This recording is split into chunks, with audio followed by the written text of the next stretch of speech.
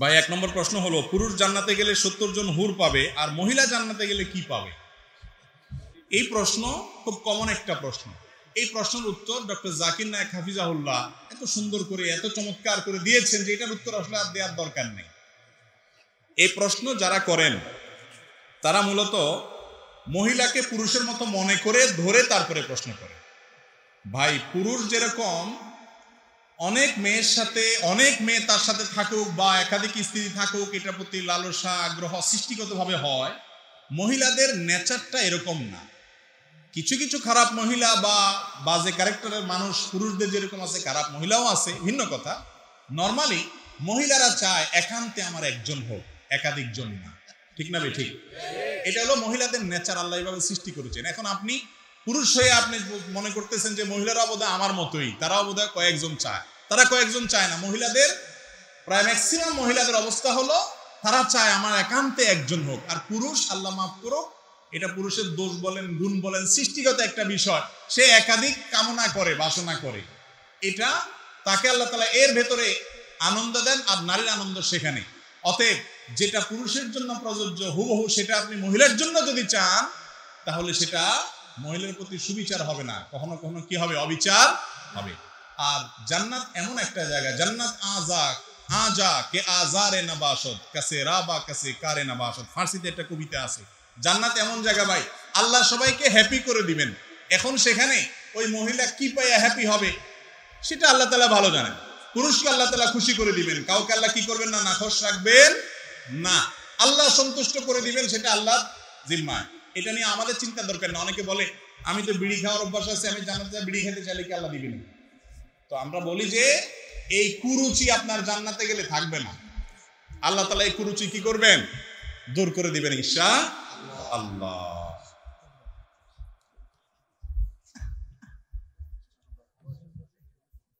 আর দেব 2-4টা? না না, ওয়াজটা শুরু আসছে, সবগুলো দিয়ে যাবে ইনশাআল্লাহ। না না, সময় শেষ। আমার অত্যন্ত শ্রদ্ধার বড় ভাই, অনেক মোহাম্মদের ভাই আমার, জাযাকুমুল্লাহ খায়র। আচ্ছা, কয়েকটা দিয়ে ফেলি দেখি। মানুষ যখন মৃত্যুবরণ করেন, মুর্দাকে কবরে রাখার পর সবাই একটি দোয়া পড়ে, মিনহা খালাকনাকুম ওয়া ফিহা নুঈদুকুম ওয়া মিনহা নুখরিজুকুম তারাতান উখরা। এই দোয়া পড়া যাবে কিনা? দেখুন, মৃত ব্যক্তিকে কবরে রাখার সময় মিনহা খালাকনাকুম এই দোয়া পড়ার ব্যাপারে কয়েকটা রিওয়ায়াত আছে। সে রিওয়ায়াতের প্রায় সবগুলোর অবস্থা খুবই করুণ, অর্থাৎ খুবই জটিল। সেগুলোকে অ্যানালাইসিস করে মুহাদ্দিসগণ সেগুলোকে গ্রহণযোগ্যতার মানদণ্ডে উত্তীর্ণ হিসাবে বিবেচনা করেননি। যার কারণে আমরা বলবো মুর্দাকে কবরে রাখার সময় এই দোয়া, অর্থাৎ কোরআনে কারিমে আয়াতের অর্থটা ওইটার সাথে খুব দারুণ খাটে। এই মাটি থেকে তোমাকে সৃষ্টি করা হয়েছে, এখানে তোমাকে রাখা হলো, আবার এখান থেকে উঠানো হবে, মর্মের সাথে খুব দারুণভাবে খাপ খায়। কিন্তু এরকম কথা নবী করিম সাল্লাল্লাহু আলাইহি ওয়াসাল্লাম নির্দেশ করেছেন বা এটা সুন্নাহ, এরকম মনে করে আমল করার মতো সুযোগ এই হাদিসটা নাই। তাহলে কি করতে হবে? মুর্দাকে কবরে রাখার সময় তিরমিজির একটা হাদিস বর্ণিত আছে দোয়া, সেটা হলো বিসমিল্লাহি ওয়া আলা সুন্নাতি রাসূলিল্লাহ অথবা ওয়া আলা মিল্লাতি রাসূলিল্লাহ, দুরকমই আছে। এটা পড়াটা হলো সুন্নাহ। মিনহা খালাকনাকুম এটাকে সুন্নাহ বলার মতো পর্যায়ে এটা না। বুঝতে পেরেছেন? এরপরে প্রশ্ন হলো, সুদ ও ঘুষের সাজা কি একই হয়? না ভাই, সুদ এবং ঘুষের সাজা ভিন্ন হয়। তবে এটা ঠিক, দুইটাই কাবিরা গুনাহ এবং দুইটাই মিনাল মুহলিকাত, ধ্বংসাত্মক অপরাধ, মহাপাপ, কবিরা গুনাহ। এর মধ্যে বিশেষ করে ঘুষের ব্যাপারে নবী করিম সাল্লাল্লাহু আলাইহি ওয়াসাল্লামের স্পষ্ট হাদিস আছে যে লানাল্লাহুর রাশি ওয়াল মুরতাশি, আল্লাহ তাআলা ঘুষ গ্রহীতা, ঘুষ দাতা উভয়ের প্রতি লানত বর্ষণ করেন এবং ঘুষ গ্রহীতা, ঘুষ দাতা উভয় জাহান্নামে যাবে, কবিরা গুনাহ। এই সব কথা ঠিক আছে, কিন্তু ঘুষ গ্রহীতা, ঘুষ দাতার যে পাপের শাস্তি হবে সেটার বিবরণ এতটা স্পষ্ট করে উল্লেখ হয় নাই যতটা সুদের গ্রহীতার ব্যাপারে, সুদের দাতার ব্যাপারে আসছে। এবং ঘুষের ব্যাপারটা লম্বা চড়া কথা বলার সময় নয়, শুধু এটুকু বলি, যে ব্যক্তি জুলুমের শিকার হয়ে ঘুষ দিয়েছে, তার ন্যায্য অধিকার আদায় হচ্ছে না, এছাড়া তার এই ঘুষ দেওয়ার কারণে তার গুনাহ হবে না, কিন্তু ঘুষ গ্রহীতা সর্বাবস্থা কি হবে? অপরাধী হবে। আমরা অনেক মানুষ আছি অবৈধ সুবিধা পাওয়ার জন্য নিজেরা সাইদা ঘুষ দেই। ঘুষ যে খায় ওই বেচারা চাওয়াও লাগে না, তার আগে আমরা সাইদা দেই, কারণ 5 দিনের কাজ একদিনে করাইতে চাই। এই রোগটা আমাদের মধ্যে আছে না নেই? এগুলো সব হালাল না হারাম? স্পষ্ট হারাম, কিন্তু আমরা অনেকে করি, নামাজ কালাম পড়েও করি, বুঝি না যেটা পাপ করছি। সুদের অপরাধটা ঘুষের চাইতে এত বেশি যে সুদের মধ্যে আল্লাহ রাব্বুল আলামিন এত অকল্যাণ রেখেছেন, 10টা শাস্তির কথা কোরআন হাদিসে উল্লেখ আসছে, 10টা, এবং এত ডেঞ্জারাস যে কোরআনে কারিমে আল্লাহ রাব্বুল আলামিন বারবার ঘুরে ঘুরে সুদের কথা বলছেন। কোন পাপের কারণে আল্লাহ তাআলা যুদ্ধের ঘোষণার কথা বলেন নাই, কিন্তু এই পাপটা এমন যে এটা করলে তার সঙ্গে আল্লাহ তাআলা যুদ্ধের জন্য প্রস্তুতির ঘোষণা দিয়ে রাখার কথা বলেছেন। হাদিসে আসছে নবী সাল্লাল্লাহু আলাইহি ওয়াসাল্লাম বলেছেন, কিয়ামতের দিন ঘুষ আপনার সুদখোর এবং সুদদাতাকে আল্লাহ তাআলা, সুদের কারবারিকে বলবেন যে দুনিয়াতে ঘোষণা দেওয়া ছিল তোমার সাথে যুদ্ধের, প্রস্তুত হও এখন লড়াইয়ের জন্য। বুঝেন কি অবস্থা হবে। দ্বিতীয়ত মালউন, এই সুদের কারবারকারী আল্লাহর পক্ষ থেকে অভিশপ্ত, আল্লাহর গজব নাজিল হয়। তৃতীয়ত সুদের কারবারকারী ইহুদিদের সাথে সাদৃশ্য গ্রহণকারী। চতুর্থত সুদের কারবারকারী জাহিলি যুগের মানুষের কালচারের ধারক বাহক, হাদিসে স্পষ্ট এসেছে। 5 নম্বর, যে ব্যক্তি সুদের কারবার করবে, সুদখোর, সুদের মহাজন, সুদের ব্যবসার সাথে জড়িত, নবী সাল্লাল্লাহু আলাইহি সাল্লামকে আল্লাহ তাআলা দেখিয়েছেন যে তাকে আখিরাতে পরকালে বিচার হবে, তারপরে শাস্তি তো পরের কথা, বারজাখী জীবনে মৃত্যু হওয়ার সঙ্গে সঙ্গে রক্তের নহরে আল্লাহ তাআলা তাকে হাবুডুবু খাওয়াবেন তার রূহকে, এবং শাস্তি হতে থাকবে। 6 নম্বর হলো অন্য কোন পাপিষ্ঠকে আল্লাহ তাআলা কিয়ামতের ময়দানে এত অপমানজনক ভাবে উঠাবেন না যতটা সুদখোরকে উঠাবেন। সে পাগলের মতো, কান্নাহু ইয়াতাখাব্বাতুহু শাইতানু মিনাল মাস, জিনে ধরা রোগীর মতো, পাগলের মতো সে উদ্ভট আচরণ করতে থাকবে, এটা তার শাস্তি। আর 7 নম্বর হলো ইয়ামহাকুল্লাহুর রিবা, আল্লাহ তাআলা ধ্বংস করবেন সুদকে, সুদের খোরকে, সুদের কারবারিকে। আল্লাহর ধ্বংসটা বোঝা যায় না ভাই। আপনারা বলবেন কই সুদের মহাজনরা তো খুব ভালোই আছে, এক এক ব্যাংকের মালিক, হাজার হাজার লাখ লাখ কোটি, কি গাড়ি বাড়ি। আপনারা বলতেছেন আল্লাহ ধ্বংস করবেন, ধ্বংস দিয়ে আমরা গরিবরা হচ্ছে, এরা তো ভালোই আছে। আল্লাহর ধ্বংস সবসময় বোঝা যায় না ভাই। ভেতর দিয়া ত্রাস হয়ে যায়, উপর দিয়ে আপনি দেখেন প্লাস্টার সিমেন্ট। কথা বুঝেন নাই? এই স্বাদের চোটেই তো এক একজন আত্মহত্যার মেশিন আবিষ্কার করে ওটার ভিতরে ঢুকে। আর আপনি গরিব মানুষ, এত কষ্ট করার পরেও আপনার মধ্যে তৃপ্তি থাকে যে আমার আল্লাহ দেখছেন, তিনি রহম করবেন। আর এই কপাল পড়া সেটা কপাল হয় না, এমন আযাব হয়, ওই আযাবের চোটে ওর ঘুম আসে না, ঘুমের ওষুধ খায় ঘুমাইতে। সুদের এই কারবারের সাথে যারা জড়িত থাকে, 8 নম্বর হলো মিনাল মুহলিকাতিস সাবআহ, 7টি ধ্বংসাত্মক মহা অপরাধের কথা এশার আগে আলোচনা করছিলেন আলোচক মাশাআল্লাহ। তার মধ্যে থেকে একটা হলো এই কারবার। আর 9 নম্বর হলো নিজের আপন মায়ের সাথে জিনা করার চাইতে অনেক ডেঞ্জারাস অপরাধ সুদের অপরাধ, কত ভয়াবহ আল্লাহর কাছে। এবং 10 নম্বর হলো দুনিয়াতে নগদ শাস্তির কথা আমরা বলেছি। এই নগদ শাস্তি যে অপরাধগুলোর কারণে জাতিগতভাবে নেমে আসে আল্লাহর গজব, তার মধ্যে একটা হলো সুদের কারবার। 10টা শাস্তির কথা বললাম কোরআন হাদিস থেকে। আমাদের দেশে সুদ দিন দিন বাড়ছে না কমছে? গ্রামে গ্রামে বিভিন্ন এনজিও, বিভিন্ন প্রতিষ্ঠান সুদ দিচ্ছে, মানুষ সুদ নিচ্ছে, দুনিয়া ধ্বংস হচ্ছে, আখিরাত ধ্বংস হচ্ছে, আল্লাহর গজব নাজিল হচ্ছে। সুদখোরকে আল্লাহ তাআলা কখনো দুনিয়াতে শান্তিতে রাখবেন না। শান্তির মালিক আল্লাহ তাআলা, ভেতরে ত্রাস সৃষ্টি করবেন, আপনি টের পাবেন। সুদের কারবারকে না করবো তো ইনশাআল্লাহ।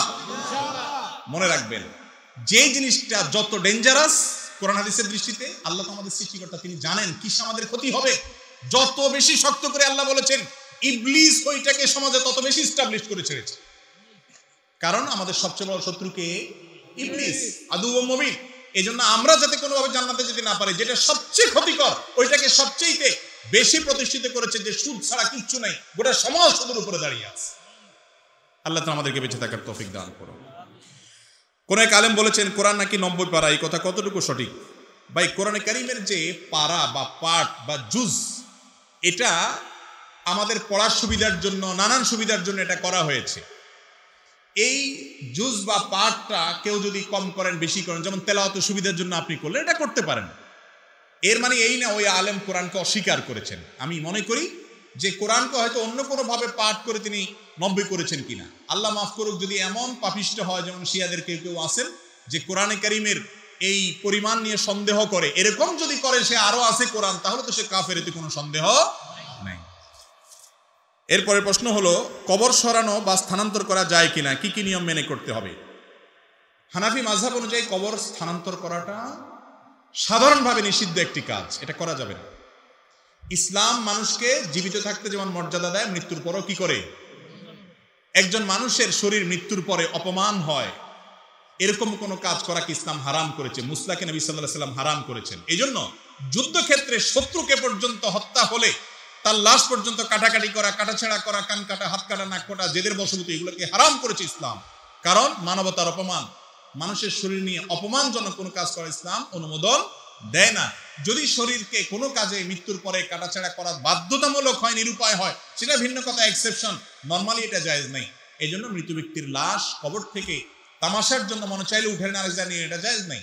হ্যাঁ, নিরুপায় হলেন, যেমন কথার কথা ভুলে অন্যদিকে ফিরায় শোয়ানো হয়েছে, ভুল পদ্ধতিতে কবর দেওয়া হয়েছে, কথার কথা এমন জায়গায় কবর দেওয়া হয়েছে এই জায়গাটা মালিক আরেকজন, সে তার জায়গায় অনুমতি দেয় নাই, ভুলে হয়ে গেছে, এরকম কোন ঘটনা যদি হয় তাহলে এরকম জরুরি ভিত্তিতে ওই লাশ সম্মানজনক ভাবে তার ধ্বংসাবশেষকে তুলে সাধারণ মুসলমানদের কবরস্থানে দাফন করা যাবে। এরকম বিশেষ ওজোর ছাড়া নরমালি মনে চাইলো আর কবর উঠানো শুরু করলেন, এটা কি নাই, জায়েজ নাই। এরপরে প্রশ্ন হলো, আমি শুনেছি যাকে দেখা হারাম তার ছায়া দেখা হারাম, তার ছায়া ছবি দেখা হারাম, এটা কি সত্য? যদি সত্য হয় তবে আমাদের দৃষ্টিকে আমরা কিভাবে হেফাজত করব, দয়া করে জানাবেন। আল্লাহ রাব্বুল আলামিন নারী পুরুষ সবাইকে বলছেন আমাদের দৃষ্টিকে সংযত রাখতে। এই পৃথিবীতে যত অনাচার হচ্ছে এগুলোর বড় একটা কারণ হলো আল্লাহর এই নির্দেশকে না মানা। এই নির্দেশ যদি মানা হয় সমাজে দেখবেন যে বহু এই জাতীয় অনাচারের পথ এমনিতেই বন্ধ হয়ে যাবে। দেখেন, ইসলামের সাথে সেকুলার সিস্টেমের একটা বড় পার্থক্য হলো, ইসলাম বলে পাপের পথ আগে থেকে বাদ দিয়া বন্ধ করো, আর নাস্তিকরা বা ইসলাম বিদ্বেষীরা বা ইসলামে বিশ্বাসী না, তারা বলে পাপের সব পথ খোলা রাখো, কিন্তু নিজেকে নিয়ন্ত্রণ করতে হবে। আমি নারীকে বিভিন্নভাবে উপস্থাপন করব, মডেলের নামে, বিজ্ঞাপনের নামে, নাটকের নামে, নোবেলের নামে, তবে তুমি খবরদার দর্শন করতে পারবে না, তুমি কোনো অন্যায় করতে পারবে না। শুধু দেখবা, তুমি নিজে প্ররোচিত হবা, কিন্তু নিজেকে নিয়ন্ত্রণ করো। এটা একটা হাস্যকর মেথড।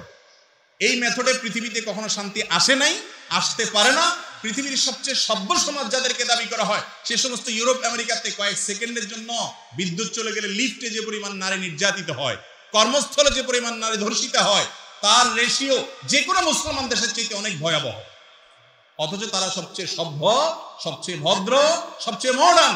কোন মডার্নগিরি কাজে আসে না আল্লাহর সিস্টেমের বাইরে গিয়ে। এই জন্য আল্লাহ বলেছেন ওয়ালা তাকরাবুজ জিনা। জিনা ডাইরেক্ট হয় না, আগে থেকে কাছেই যেও না, বাদ দাও, চোখকে নিয়ন্ত্রণ করো, এমনি তুমি বাঁচতে পারবা। আর দেখবা তখন মনে জেনা হবে, বাস্তব জেনা হবে, নিজেকে রক্ষা করতে পারবা না। এই জন্য যদি কেউ ভালো থাকতে চান, চোখের হেফাজত করতে হবে, বদনজর থেকে বাঁচাতে হবে, তাহলে ইনশাআল্লাহ আপনি বাঁচতে পারবেন, এছাড়া কোনো উপায় নাই। আর প্রশ্ন যেটি লিখেছেন, মূল প্রশ্নটা ঠিক আছে, যাকে আপনি ডাইরেক্ট দেখতে পারবেন না তার ছবিও দেখবেন না, তাকে টিভিতেও দেখবেন না, কোথাও দেখবেন না।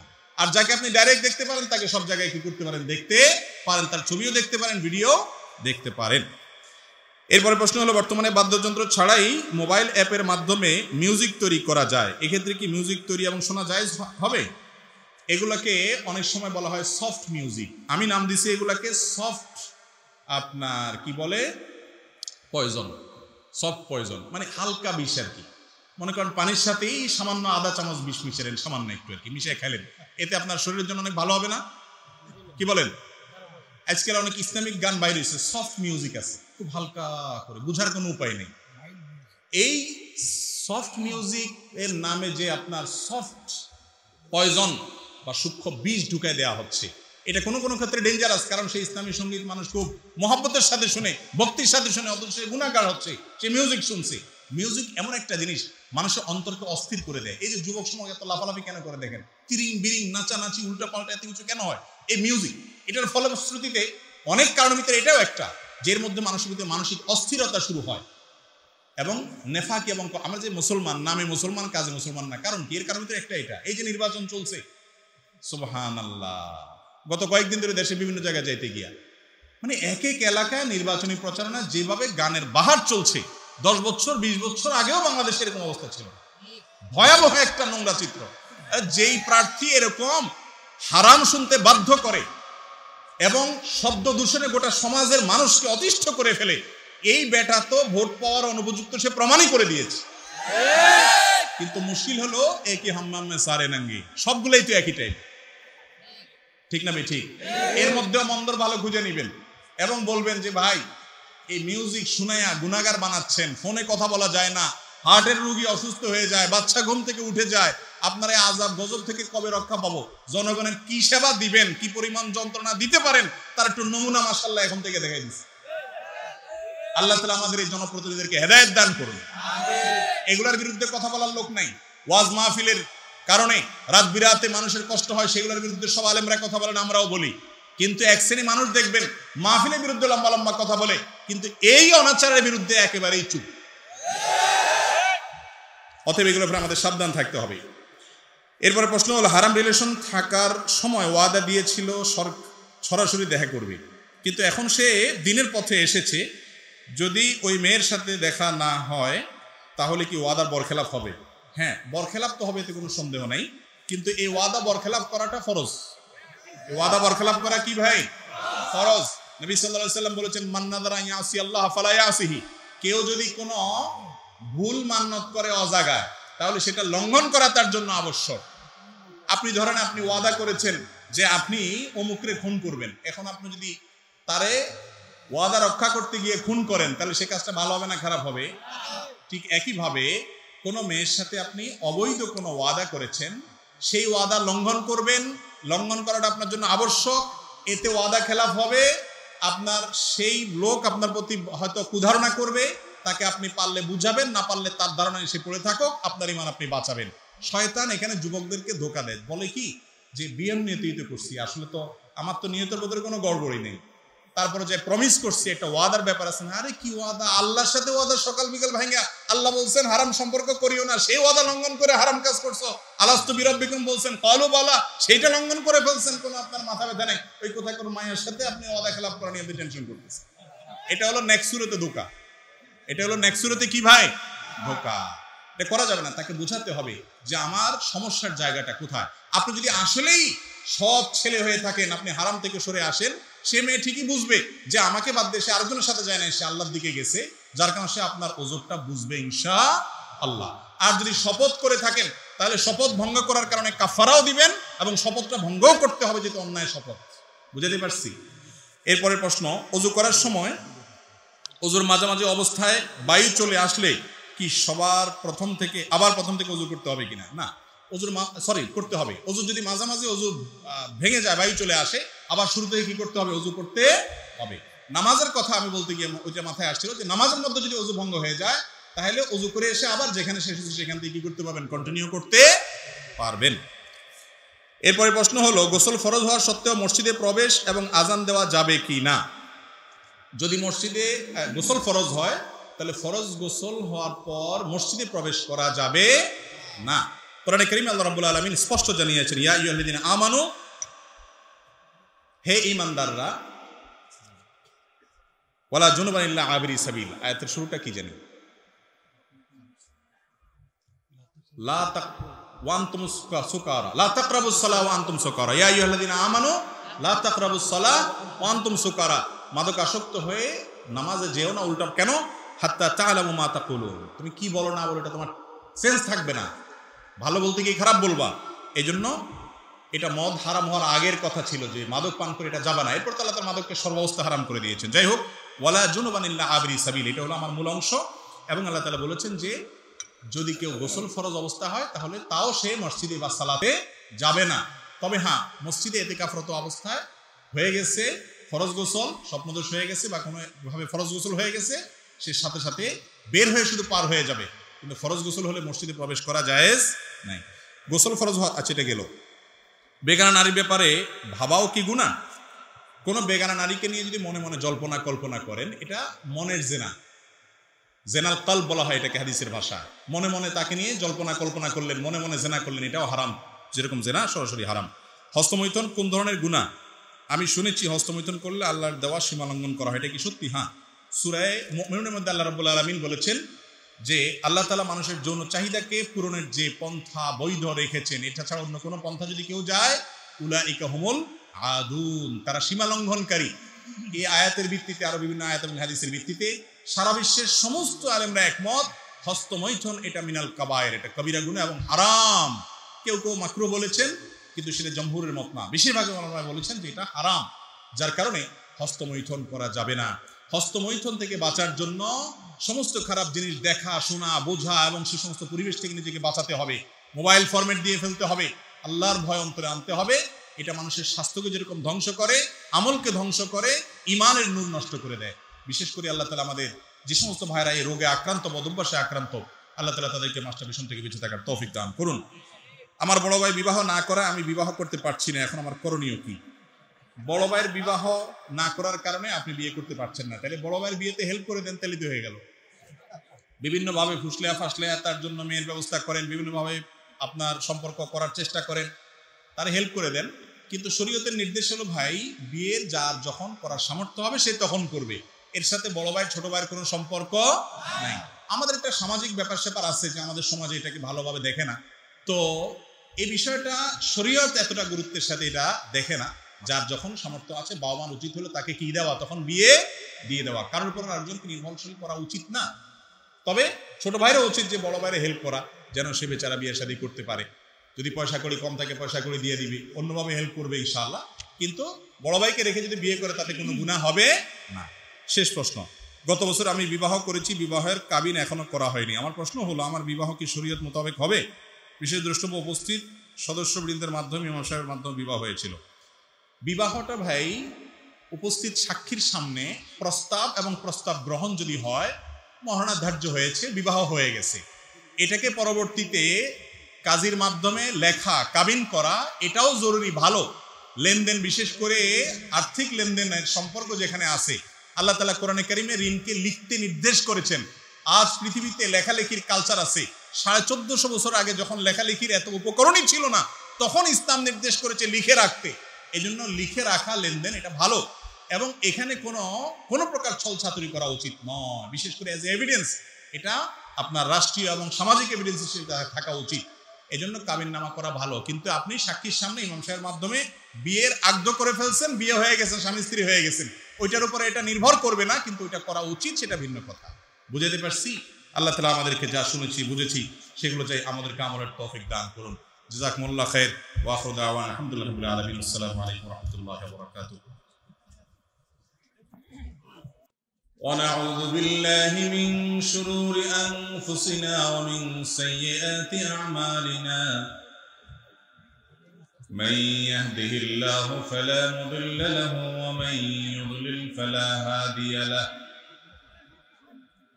وأشهد أن لا إله إلا الله وحده لا شريك له، وأشهد أن محمدا عبده ورسوله أرسله بالحق بشيرا ونذيرا وداعيا إلى الله بإذنه وسراجا منيرا.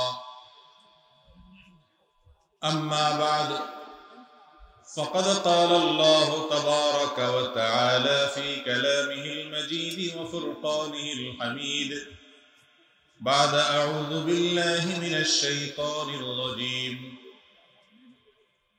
فمن يعمل مثقال ذرة خيرا يره ومن يعمل مثقال ذرة شرا يره. ঐতিহ্যবাহী চাঁদপুর জেলার দক্ষিণ মতলবে অবস্থিত ঘিলাতলি সামাদিয়া ফাজিল মাদ্রাসার উদ্যোগে আয়োজিত আজকের এই 2 দিনব্যাপী ইসলামী মহাসম্মেলনের সম্মানিত সভাপতি, উপস্থিত ওয়াজিবুল ইহতিরাম উলামায়ে আযম এবং দূরদূরান্ত থেকে আগত আমার প্রাণপ্রিয় দিন দরদি ভাইয়েরা ও পর্দার আলের মা ও বোনেরা, প্রায় 70 বছর হতে যাওয়া একটি দ্বীনি শিক্ষা প্রতিষ্ঠানের আঙ্গিনায় এত বিশাল একটি আয়োজনে একত্রিত হতে পারা, উপস্থিত হতে পারা, এটা আল্লাহ তাআলার পক্ষ থেকে অনেক বড় একটা ইহসান এবং মেহেরবানি। সেই জন্য রব্বে কারীমের শুকরিয়া জানাই, আলহামদুলিল্লাহ।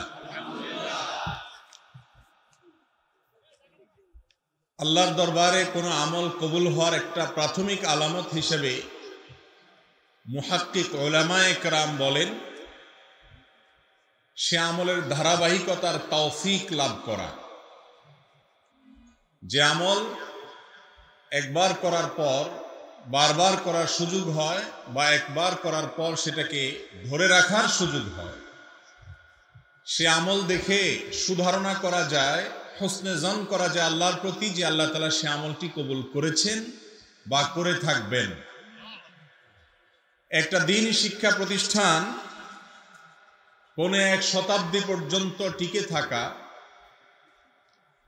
এটা আমাদের সুধারণার জন্ম দেয় যে এর প্রতিষ্ঠার সাথে, এর পরিচালনার সাথে, এটাকে গড়ে তোলার সাথে যারা যেভাবে জড়িত ছিলেন, এই লোকগুলো আল্লাহর কাছে মাকবুল এবং আল্লাহর কাছে প্রিয় বান্দা। তাদের আমল আশা করা যে আল্লাহ তাআলা কবুল করে নিয়েছেন। আমরা দোয়া করি এই দ্বীনি শিক্ষা প্রতিষ্ঠানের আলো কিয়ামত পর্যন্ত শুধু চাঁদপুর নয়, গোটা বাংলাদেশ নয়, গোটা পৃথিবীতে হেদায়েতের আলো ছড়িয়ে বেড়াক। আল্লাহ তাআলা সেরকম শক্তি সামর্থ্য এই প্রতিষ্ঠানকে দান করুন, আমিন। আমরা জানি যে এই প্রতিষ্ঠানে হাফেজ ছাত্রদের দস্তারবন্দি উপলক্ষে আজকের আয়োজন। যে সমস্ত শিক্ষার্থীরা কোরআনে কারীমের হিফজ সম্পন্ন করেছে, তারা কোরআনে কারীমের মর্ম অনুধাবন করা, কোরআনে কারীমের ব্যাখ্যা এবং বিশ্লেষণ, কোরআনের উলুম, এগুলো তারা ধারণ করতে পারবে, সে দোয়া আজকে আমরা এই আয়োজন থেকে সবাই রাখছি আল্লাহর দরবারে। এবং এই যে বহুমুখী এই দ্বীনি প্রতিষ্ঠান, এই প্রতিষ্ঠানের প্রতি অত্র এলাকার যে সমস্ত মুসলমান ভাই বোনেরা আছেন, আমাদের সবার কর্তব্য হলো আন্তরিকতার সাথে, মহব্বতের সাথে জুড়ে থাকা এবং যতটুকু আল্লাহ তাআলা তৌফিক দান করেন সহযোগিতা নিবেদন করা। আর কিছু করতে না পারি অন্তত মনে মনে কল্যাণ কামনা করা, দোয়া করা। এই কাজটা করবো তো ইনশাআল্লাহ। মনে রাখবেন, ওলামায়ে কেরাম এবং আলেম তৈরির কারখানাগুলোর সাথে যে সমস্ত সাধারণ মানুষেরা সম্পর্ক রাখেন, ভালোবাসা রাখেন, মহব্বত করেন, এই লোকগুলো সচরাচর মুত্তাকি, পরহেজগার এবং আল্লাহর প্রিয় বান্দাই হয়ে থাকেন। এটা সবার নসিবে হয় না। ব্যক্তিগত আমল ইবাদত করা এক জিনিস, আর দ্বীনি শিক্ষা প্রতিষ্ঠান, আলেম তৈরির কারখানাগুলোকে ভালোবাসা, সেগুলোকে মহব্বত করা আরেক জিনিস। এটা অনেক বড় মাপের ইবাদত। তো এই ইবাদতটি আমরা করবো তো ইনশাআল্লাহ। আল্লাহ তাআলা আমাদেরকে তৌফিক দান করুন। মুহতারাম হাজরিন, আমরা আজকে একটা সুনির্দিষ্ট বিষয়ের উপরে কিছু কথা আলোকপাত করে শেষের দিকে সংক্ষেপে কিছু প্রশ্ন উত্তর দেব আপনাদের ইনশাআল্লাহ। এরপর আমাদের সাদিক রহমান আজহারী ভাই ইনশাআল্লাহ আলোচনা পেশ করবেন আপনাদের সামনে। আমরা শুরুতে নিয়ত করে নেই যে কথাগুলো শুনবো আমলের নিয়তে শুনবো, যেন মাহফিল থেকে যাওয়ার পর আমার বিবেকে কিছু কথা আঘাত করতে থাকে, আমার ব্রেইনে যেন কিছু কথা, এখান থেকে যে কথাগুলো শুনে যাব সেগুলো যেন আমাকে অনবরত আমার চিন্তা শক্তিকে আঘাত করে, অর্থাৎ আমার মধ্যে পরিবর্তনের তাড়না যেন আসে। তাহলে এই মাহফিল সফল এবং সার্থক। আর যদি শুনলেন, ভালো লাগলো, সুরের মূর্ছনায় আপনি হারিয়ে গেলেন, তাহলে সেক্ষেত্রে এই মাহফিল থেকে আপাত দৃষ্টিতে তেমন কোনো উপকার আমাদের হলো না। আলহামদুলিল্লাহ, আমরা এশার আগে দীর্ঘ সময় আলোচনা শুনছিলাম। আলোচনার ধরন এবং কোরআন হাদিসের বিবরণ শুনে মনে হচ্ছিল যে এটা ওয়াজ মাহফিল, আওয়াজ মাহফিল না। আলহামদুলিল্লাহ, ওয়াজ মাহফিল হচ্ছে এখানে। এটা একটা আনন্দের বিষয় এলাকার মানুষের জন্য। ওয়াজ মাহফিল আর আওয়াজ মাহফিলের পার্থক্য তো জানেন। আওয়াজ মাহফিলে আওয়াজটাই মূল, ওয়াজ বা উপদেশ থাকে গৌণ, নামকা ওয়াস্তে। আর ওয়াজের মধ্যে উপদেশ এবং কোরআন এবং হাদিসের উদ্ধৃতি, আমাদের প্রয়োজনীয় বিষয়গুলো জানার সুযোগ, এগুলোই বেশি থাকে। আওয়াজ হয়তো একটু কম থাকে। কোনটা বেশি দরকার আমাদের, ওয়াজ না আওয়াজ? আল্লাহ তাআলা আমাদেরকে ওয়াজ আমলের নিয়তে শোনার তৌফিক দান করুন। মুহতারাম হাজরিন, আজ আমরা যে বিষয়টি নিয়ে আলোচনা করতে চাই সেটি হলো, আল্লাহ রাব্বুল আলামিন দুনিয়াতে বান্দাকে যে কোনো নেকামলের একটা নগদ ফিডব্যাক দিয়ে থাকেন, আর আখিরাতে অনন্ত অসীমকালে তার যে পুরস্কার, তার যে জাযা, তার যে বদলা, সেটা তো আল্লাহ তো দিয়েই থাকেন। ওয়াদা গোটা কোরআন জুড়ে আল্লাহ তাআলা সেটাই করেছেন। আর যদি কোনো পাপের কাজ অপরাধের কাজ, হারাম কাজ কোনো মানুষ করে, তাহলে সে পাপের কাজের শাস্তিও আল্লাহ তাআলা আখিরাতে দেন। কিন্তু কিছু কিছু পাপ, কিছু কিছু অপরাধ আছে, যে গুনাহগুলো, যে অপরাধগুলোর কারণে আখিরাতের শাস্তি তো আছেই, নগদ দুনিয়াতে মৃত্যুর আগেই আল্লাহ তাআলা তার একটা শাস্তি আস্বাদন করান। এরকম 7টি পাপের সাথে আজ আমরা পরিচিত হব, যে পাপগুলোর প্রত্যেকটির সাথে আমাদের অনেক মানুষের সম্পর্ক আছে, আবার অনেকের প্রত্যেকটির সাথে না থাকলেও কোনো না কোনোটার সাথে সম্পর্ক আছে। আমরা আজকের আলোচনা শুনবো এই উদ্দেশ্যে যে এই 7টি পাপ থেকে আমি নিজেকে পরিপূর্ণভাবে বাঁচিয়ে নিব এবং সরিয়ে নিব, এ থেকে নিজেকে দূরে রাখবো, আল্লাহর কাছে আগের গুলোর জন্য তওবা করে ক্ষমা চেয়ে নিব। এই উদ্দেশ্যে আমরা আলোচনা শুনবো ইনশাআল্লাহ। মোহতারাম হাজরিন, আল্লাহ রাব্বুল আলামিন কোরআনে হাকিমে বলেছেন, ফামান ইয়ামাল মিসকালা যাররাতিন খায়রান ইয়ারাহ, যে ব্যক্তি যাররা পরিমাণ কোনো ভালো কাজ করবে এটার প্রতিদান সে পাবে, মিস নাই। আল্লাহ রাব্বুল আলামিনের হিসেবে কোনো ত্রুটি থাকতে পারে? বান্দা যদি যাররা পরিমাণ কোনো ভালো কাজও করে, আল্লাহ রাব্বুল আলামিন বদলা এবং বিনিময়ে দিবেন। গুলি মিস হলেও আল্লাহর বদলা পাওয়ার ব্যাপারে যে ওয়াদা রয়েছে সেটা মিস হওয়ার সুযোগ নেই। এমনকি একটি হাদিসে আসছে, নবী করিম সাল্লাল্লাহু আলাইহি সাল্লাম বলেছেন, অনেক ফাসিক, অনেক আল্লাহর প্রতি অবিশ্বাসী মানুষ দুনিয়াতে অনেক ভালো কাজ করে। দেখবেন অনেক অমুসলমান অনেক ভালো কাজ করে। এই ভালো কাজটা করার পর আল্লাহ রাব্বুল আলামিন দুনিয়াতে তাকে কিছু বদলা দিয়ে দেন। হয়তো একটু সুখ শান্তি দিয়ে দিলেন, হয়তো একটু নাম যশ খ্যাতি দিয়ে দিলেন, বা কোনো একটা দিক থেকে আল্লাহ তাআলা তার বদলা দিয়ে দেন। দুনিয়াতে তাকে একটু সুখ টুক দিয়া মৃত্যুর আগে আগে তার ওই আমলগুলোর বদলা দিয়ে আল্লাহ রাব্বুল আলামিন তাকে মৃত্যু দেন, যাতে আখিরাতে তার এই ভালো কাজ, যদিও এটা কাউন্টেবল না, যেহেতু ঈমান নাই, আল্লাহ চাইলে বদলা নাও দিতে পারেন, কিন্তু আল্লাহ তাআলা কিছু দুনিয়াতে তাকে ভালো দিয়ে তার সে কর্মের মূল্যায়ন আল্লাহ তাআলা করে দেন। আর এর বিপরীতে আল্লাহর কোনো বান্দা, তিনি যদি ঈমানদার হয়ে থাকেন, ভালো কাজ তার বেশি হয়, কিন্তু কিছু বদামলও থাকে, গুনাহের কাজও থাকে, এই আল্লাহর বান্দাকে আল্লাহ তাআলা দুনিয়াতে অনেক সময় কষ্ট দেন, মৃত্যুর আগে মৃত্যুর যন্ত্রণা দেন, এবং এর মাধ্যমে তার ওই ছোটখাটো ভুল ভ্রান্তি যা ছিল সেগুলোর প্রায়শ্চিত্ত করিয়ে আল্লাহ রাব্বুল আলামিন তাকে আখিরাতে মুক্তি নসিব করেন। আর কিছু হতভাগা আছে, যেই হতভাগাদের জন্য তাদের কৃতকর্মের কারণে দুনিয়াতে যেরকম শাস্তির ব্যবস্থা আল্লাহ রেখেছেন, আখিরাতেও তার জন্য শাস্তির ব্যবস্থা রেখেছেন। আজ আমরা সেরকম 7টি অপরাধ, কবিরা গুনাহ, মহাপাপের সঙ্গে পরিচিত হব, যেগুলো সম্পর্কে রাসূল করিম সাল্লাল্লাহু আলাইহি ওয়াসাল্লাম ঘোষণা দিয়ে গেছেন যে এই অপরাধ করলে মনে রাখবে শাস্তি আখিরাতেরটা তো আছেই, দুনিয়াতে তোমাকে ভোগ করে যেতে হবে, শাস্তি ভোগ ছাড়া যেতে পারবা না। জানা দরকার আছে না নাই সেগুলো? আল্লাহ তাআলা আমাদের সকলকে সমস্ত হারাম কাজ থেকে বেঁচে থাকার তৌফিক দান করুন। সম্মানিত উপস্থিতি, আমাদের সমাজে ভালো কাজ করার ব্যাপারে যতটা আমরা তাগাদা বোধ করি, মন্দ কাজ ছাড়ার ব্যাপারে এত বেশি গরজ আমাদের হয় না। অথচ নবীজি সাল্লাল্লাহু আলাইহি সাল্লাম বলেছেন, ইত্তাকিল মাহারিম, ইত্তাকিল মাহারিম তাকুন আ'বাদান নাস। তুমি হারাম কাজকর্ম থেকে বেঁচে থাকো, বাছাই করে করে কোনটা আল্লাহ তাআলা নিষেধ করেছেন, কোনটা হারাম করেছেন, সেগুলো থেকে তুমি নিজেকে বাঁচিয়ে রাখো, তুমি হবা সমাজের সবচেয়ে বড় ইবাদত গুজার, সবচেয়ে বড় আবেদ। আর আমাদের সমাজে সাধারণত বড় আবেদ কাকে বলি আমরা? বলেন, যে লোক মসজিদে অনেক সময় বসে থাকে, তাই না? অনেক তাসবিহ তাহলিল করেন, অনেক নামাজ কালাম পড়েন, নফল সালাতের ইহতিমাম করেন, নফল সিয়াম রোজার ইহতিমাম করেন, দান সদকা করেন, ওয়াজ শুনেন, কোরআন তেলাওয়াত শুনেন, এবং ইতিবাচক কাজ যেগুলো, করণীয় কাজ যেগুলো, সেগুলো যত বেশি করে আমরা মনে করি লোকটা তত বড় আবেদ। সন্দেহ নেই এগুলো ইবাদত, মৌলিক ইবাদত, সে বড় আবেদ। কিন্তু একজন মানুষের সবচেয়ে বড় আবেদ হওয়াটা তার শুধুমাত্র এই করণীয় কাজগুলো করার উপরে নির্ভর করে না, বরং কোনো কোনো ক্ষেত্রে করণীয় কাজের চাইতে বর্জনীয় কাজগুলো থেকে বেঁচে থাকাটা অনেক বেশি গুরুত্বপূর্ণ হয়।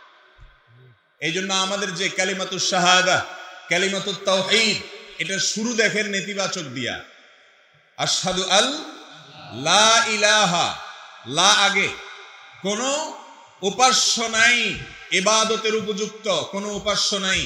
উপাস্য অনেক আছে করে মানুষ, কিন্তু তারা আসলে রিয়েল ইলাহ না। এই না বলে এরপরে ইল্লাল্লাহ, তবে কে আছেন? শুধু আল্লাহ রাব্বুল আলামিন। এই জন্য মুহাদ্দিসিন ইকরাম বলেন যে আগে হলো তাখলিয়া, তারপরে হলো তাহলিয়া। আগে হলো গায়রুল্লাহ থেকে নিজেকে মুক্ত ঘোষণা করা, তাগুতের প্রতি অস্বীকৃতির ঘোষণা দেওয়া, এরপরে হলো ইলাহুল আলামিনের প্রতি ঈমান আনা। তাহলে শুধুমাত্র নামাজ রোজা পড়লে চলবে নাকি হারাম থেকেও বাঁচতে হবে? বাঁচতে হবে। আর সেই হারাম কাজগুলো যেগুলোর কারণে দুনিয়াতে নগদ শাস্তি হবে, তোর মধ্যে থেকে সর্বপ্রথম যে হারাম কাজের কথা বলতে চাই সেটা হলো মা বাবার অবাধ্যতা, নাফরমানি, উকুকুল ওয়ালিদাইন হাদিসের ভাষায়, কোরআনের ভাষায়।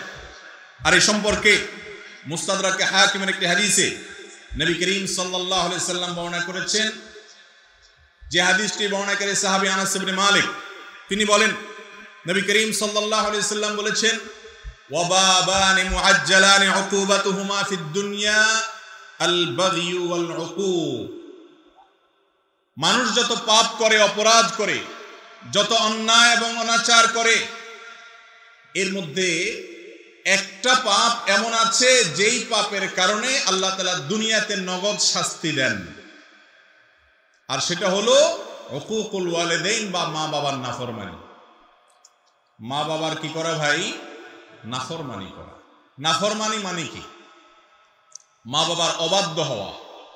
তারা যদি কোনো কাজের নির্দেশ করেন, সে নির্দেশকে আপনি আমলে নিলেন না, তোয়াক্কা করলেন না, মানলেন না, মা বাবার আদেশকে লঙ্ঘন করলেন, পাত্তা দিলেন না, কথা শুনলেন না, এবং তাদের প্রতি অবিচার হয়, জুলুম হয়, অথবা তাদেরকে ধমক দিয়ে কোনো কথা বললেন, এরকম কোনো কাজ যদি করেন, সেটা হলো মা বাবার কি করা ভাই? নাফরমানি।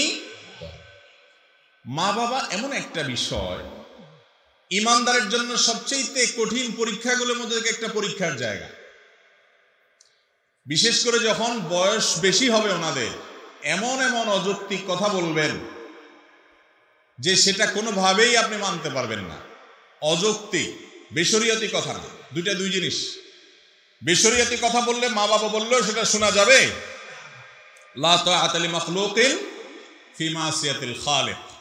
আল্লাহর কথা যদি লঙ্ঘন হয়, তাহলে কারোর কথা মানা যাবে না, সেটা উস্তাদ হোক আর মা বাপ হোক বা যেই হোক, দলের নেতা হোক আর যেই হোক।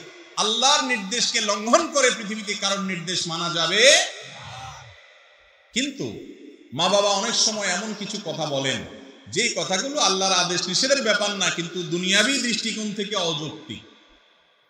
যেমন কথার কথা বললেন যে বাবা তুমি এখন এই কাজটা করো, আপনি দেখছেন যে এই কাজটা এখন করার দরকার নেই, একেবারে অপ্রয়োজনীয়, কিন্তু উনি বাচ্চার মতো সেটাই চাচ্ছে বারবার। তখন আমরা বেশিরভাগ ক্ষেত্রে কি করি? একেবারে আপাদমস্তক নামাজি মানুষটাও, লম্বা দাড়িওয়ালা মানুষটাও, মুহাদ্দিস মুফাসসির মাওলানা সাহেব, ইমাম সাহেব, খতিব সাহেব, বেশিরভাগ ক্ষেত্রেই এই টাইমগুলোতে নিজেকে আমরা ঠিক রাখতে পারি না। মা বাবাকে আমি পরীক্ষার বস্তু এই জন্য বলেছি, আল্লাহ রাব্বুল আলামিন তাদেরকে দিয়ে নির্দেশ করেছেন যে তারা যা বলবে তা মানতে হবে। আল্লাহর আদেশের খেলাফ যতক্ষণ না হবে ততক্ষণ পর্যন্ত তোমাকে মানতে হবে। তাদের আদেশ মানা তোমার জন্য ওয়াজিব, আবশ্যক, না মানলে গুনাহ হবে। তারা যদি তোমাকে অযৌক্তিক কিছু বলে, তাহলে তুমি যদি তোমার সক্ষমতায় না থাকে না মানলা, কিন্তু তাদের সাথে ধমক দিয়ে বেয়াদবি করে কথা বলা যাবে। আল্লাহর ভাষা খেয়াল করেন, ইম্মা ইয়াবলুগান্না ইনদাকাল কিবারা আহাদুহুমা আও কিলাহুমা। তোমার মা বাবার উভয়ে দুইজনই হয় বয়স বেশি হয়ে গেছে, অথবা যে কোনো একজনের বয়স বেশি হয়ে গেছে। দেখেন, ফালা তাকুল লাহুমা উফফিন ওয়ালা তানহারহুমা, মা বাপকে ধমক দিয়ে কথা বলো না, উফ এটা বলো না, তাদের সামনে বিরক্তি প্রকাশ করো না যখন তাদের বার্ধক্য আসবে। আল্লাহ এই কথা কেন বললেন? বার্ধক্য আসার পর তাদের সাথে এই বেয়াদবি করো না, তার মানে জোয়ান বয়সে বাপের সাথে বেয়াদবি করলে অসুবিধা নাই। কি বলেন, মাফহুম মুখালাফ থেকে কি এটা বোঝা যায়? আল্লাহ বলছেন তোমার মা বাবা দুইজনেই অথবা দুইজনের কোনো একজন যখন বুড়ো হয়ে যাবে, বয়স বেশি হয়ে যাবে, তখন তাদের সাথে উপ বলিও না, ধমক দিয়ে বলিও না। তার মানে তো এটাই দাঁড়ায় যে জোয়ান বয়সে থাকলে তাহলে করা যাবে, কারণ আল্লাহ তো বলছে বার্ধক্য হলে করিও না। কি বলেন, জোয়ান বয়সে মা বাবার সাথে বেয়াদবি করা যাবে? আসলে এটা হলো কয়েদে ইহতেরাজি বলতে পারেন, কয়েদে ইত্তেফাকি বলতে পারেন। অর্থাৎ আল্লাহ রাব্বুল আলামিন মূলত বুঝাতে চাইছেন যে মা বাবার সাথে বেয়াদবি তো মানুষ বুড়াকালেই করে। মা বাপ যখন বয়স বেশি হয় তখনই তো কথাবার্তা ছেলের সাথে মেয়েদের সাথে অ্যাডজাস্ট হয় না। নতুন জেনারেশনের মানুষ, নিউ জেনারেশন, তারা অনেক আপডেটেড, অনেক কিছু বুঝে, 2 ইঞ্চি 2 লাইন বেশি বুঝে। বাপ বেচারা আগের যুগের মানুষ, চিন্তা সব পুরাতন, এই জন্য সব বলে যা ছেলের মাথায় ধরে না। বলে কি মুরব্বী, আব্বা বলে কি, আম্মা বলে কি, মাথায় ধরে না। তো এই টাইমটাতে সাধারণত মা বাবার সাথে বেয়াদবিটা বেশি হয়। জোয়ান বয়সে বেয়াদবি করলে থাপ্পড় খাবে, কারণ বাপের তখন শক্তি আছে, মার শক্তি আছে, কানটা মলে বাইর করে দিবে। ঠিক না ঠিক? এই জন্য ওইটার কথা বলার দরকার হয় নাই। ওই টাইমে তো বেয়াদবি করার সাহসী পোলাপান পাবে না, কারণ কানটা মলে বাসার থেকে বাইর করে দিবে বেশি পণ্ডিতি করলে। বেয়াদবিটা সাধারণত কখন হয় ভাই? বৃদ্ধকালে। এবং সেটা কিরকম হয়? একই কথা বারবার বলবে, 2 বার 4 বার 6 বার। আরে বাবা বলছেন তো, কয়বার বলবেন এক কথা? হয় কি হয় না বলেন? আহা, আমাদের বিরক্ত লাগে, তাই না? আর আমরাই যখন ছোট ছিলাম, এই মা বাপ আমাদের এক কথা যখন 5 বার 10 বারও বলছি, ওইটাকে তারা মজার ছলে নিছেন, এনজয় করছেন। ঠিক না ঠিক? কিন্তু আমি বৃদ্ধ হওয়ার পর, তিনি বৃদ্ধ হওয়ার পর আমার কাছে তার কথা বিরক্ত লাগতেছে। এই জন্য বললাম এটা পরীক্ষার বড় একটা জায়গা, অনেক বড় একটা জায়গা। অনেক ভালো ভালো মানুষ আমি জানি যারা ব্যক্তিগতভাবে অনেক আমলদার, তাহাজ্জুদ গুজার, অনেক ইবাদত গুজার, পরহেজগার, কিন্তু এই জায়গায় সে ফেল করে ফেলে, পাস করতে পারে না। আমার মা বাপ হলেন আমার রব আহকামুল হাকিমিনের পরে। যদি রাসূল সাল্লাল্লাহু আলাইহি ওয়াসাল্লাম বেঁচে থাকতেন, তিনি থাকতেন আমার সবচেয়ে শ্রদ্ধার জায়গা। এখন ওয়াফাতের পরেও তাকে শ্রদ্ধা করতে হবে বান্দাদের মধ্যে সবচেয়ে বেশি। আর তারপরে আমার শ্রদ্ধা, ভালোবাসা, ভক্তি, মোহাব্বত, আমার আনুগত্য, আমার সকল কিছুর সবচেয়ে বড় ভাগ পাওয়ার হক হলো আমার মা বাবা। সারা দুনিয়া একদিকে, মা বাবা আরেক। নবী করিম সাল্লাল্লাহু আলাইহি ওয়াসাল্লাম অল্প কথা বলে দিয়েছেন, রিদার রাব্বি ফি রিদাল ওয়ালিদাইন ওয়া সাখাতুর রাব্বি ফি সাখাতিল ওয়ালিদাইন। তোমার উপরে তোমার মালিক সন্তুষ্ট আছে কিনা এটা বোঝার জন্য তুমি একটু তোমার মার মুখের দিকে তাকাও, বাপের মুখের দিকে তাকাও। তারা তোমাকে দেখে অন্তরের ভেতর থেকে হেসে দেয় কিনা, আনন্দের হাসি, তৃপ্তির হাসি, পরিতৃপ্তির হাসি তাদের আসে কিনা মুখে। যদি আসে তাহলে এটা সাইনবোর্ড, ইন্ডিকেট যে তোমার মালিক তোমার উপরে খুশি। আর যদি মা বাবার মুখের দিকে তাকায় দেখো না, তারা বিরক্ত অথবা হাসছে কিন্তু সে হাসি নির্মল নয়, তাহলে তুমি সাবধান হও, তোমার মালিক তোমার উপর অসন্তুষ্ট আছে। তারাই তোমার জান্নাতে যাওয়ার দরজা। সন্তুষ্ট করতে পারবা যাবা, সন্তুষ্ট করতে পারবা যাবা না, পারবা না তো যাবা না। এত কঠিন একটা ব্যাপার, কঠিন। মোহতারাম হাজরিন, একটা গল্প আপনারা অনেকেই পড়েছেন, শুনেছেন, যে একবার এক মা তার বাবা তার সন্তানকে বৃদ্ধ বয়সে শয্যাশায়ী হঠাৎ করে ডেকে বলছেন যে বাবা, আমার একটু মনে চাচ্ছে আমাদের বাড়ির পাশে ওই পাহাড়ের চূড়ায় একটু উঠতে। বলে আপনি এখন ওখানে উঠে কি করবেন আব্বা? বলে আমার মনে চাচ্ছে একটু নিয়ে যাও আমাকে। তো নিয়ে গেছে। নেওয়ার পর পাহাড়ের চূড়ায় উঠানোর পর সন্তান বললেন যে বাবা ঠিক আছে, আপনার একটা মনের চাওয়া, বৃদ্ধ বয়সে হয়তো পাহাড়ের চূড়ায় উঠে একটু দেখতে মনে চাইছে আশপাশটা, ভালো, আমি করলাম। খুশি তো আপনি? বাবা খুশি। এক কাজ করো, কিছু আপেল নিয়ে আসো। আপেল বলে কি করবো? বলে নিয়ে আসো, আমি একটু দেখবো, খাবো, আতাবো, ভালো লাগতেছে। নিয়ে আসছি। আনার পরে মুরব্বী উপর থেকে একটা আপেলের দিকে মারে বলে বাবা নিয়ে আসো, পড়ে গেছে। তো ছেলে যায় নিয়ে আসে। আবার যখন একই কাজ করছে আরেক দিকে, ছেলে কি ব্যাপার, একটু আগে উনি একটা ফেললেন, আবার আরেকটা ফেললেন, কয়বার পাহাড়ে উঠানামা করা যায়? এবার 2-3 বার যখন এরকম হয়ে গেছে, এবার ছেলের মেজাজ গরম হয়ে গেছে, আর কতক্ষণ ঠিক থাকে। এবার বলে আব্বা আপনি কি আমার সাথে তামাশা শুরু করছেন? আমি বুঝলাম না, আপনি এক একবার এক এক দিকে আপেল মারেন আর আমার বলেন নিয়ে আসতে, এটার মানেটা কি? আমি কি এত বেকার এবং এত এই অহেতুক কাজের মানেটা কি আপনি বলেন দেখি। সাধারণত আমরা যেরকম করি আর কি, মা বাবার সাথে এরকম করি। তখন তার সে বাবা বা মা তিনি বললেন যে বাবা রে, আমার আসলে কোনো পাগলামি করার ইচ্ছা জাগে নেই, আমি তোকে একটু চেক করলাম যে ছোটবেলায় এই পাহাড়ের উপরে ওঠার পর তুই বল নিয়ে আসতি এবং সারাক্ষণ ফেলতি, ইচ্ছাকৃত ফেলতি, আর তোর বল কুড়ায় আনতে আমার কোনো কষ্ট হইতো না, অনেক হাসির চোটে হাসি মুখে নিয়ে আসতাম, তোর সাথে মজা করতাম, বরং বল নিয়ে এসে 2বার 10 বার না, কতবার যে তুই ফেলছস, কখনো আমার বিরক্ত লাগে নাই, কিন্তু এখন 2-3 বার আমি ফেললাম, একটু দেখার জন্য কি হাল, দেখলাম না, তোর অনেক বেশি বিরক্ত লাগছে বাবা। তো সন্তান হিসেবে বাবাকে যখন তুমি কষ্ট দাও, তখন বাবা হিসাবে মা হিসাবে সেটাকে এনজয় করে, পেশাব করে দেন এই ঠান্ডা শীতের মধ্যে, বাপ নামাজ পড়তে যাবে কোলে নিচে আদর করে দিলেন শ্বশুরায় ছাড়া, বেচারা হাসি মুখে দিছে, দেহা দিছে গরম করে, খুশির চোটে আনন্দের চোটে আপনার সেটাকে এনজয়ের ভাবে নিয়েছে, কোনো রাগ চেতাচেতি নেই। আর যদি বৃদ্ধ হওয়ার পরে বাপ মা এই কাজটা করে, তখন কি অবস্থা হয়? আমরা একটু মেলানোর সুযোগ পাচ্ছি কি পাচ্ছি না?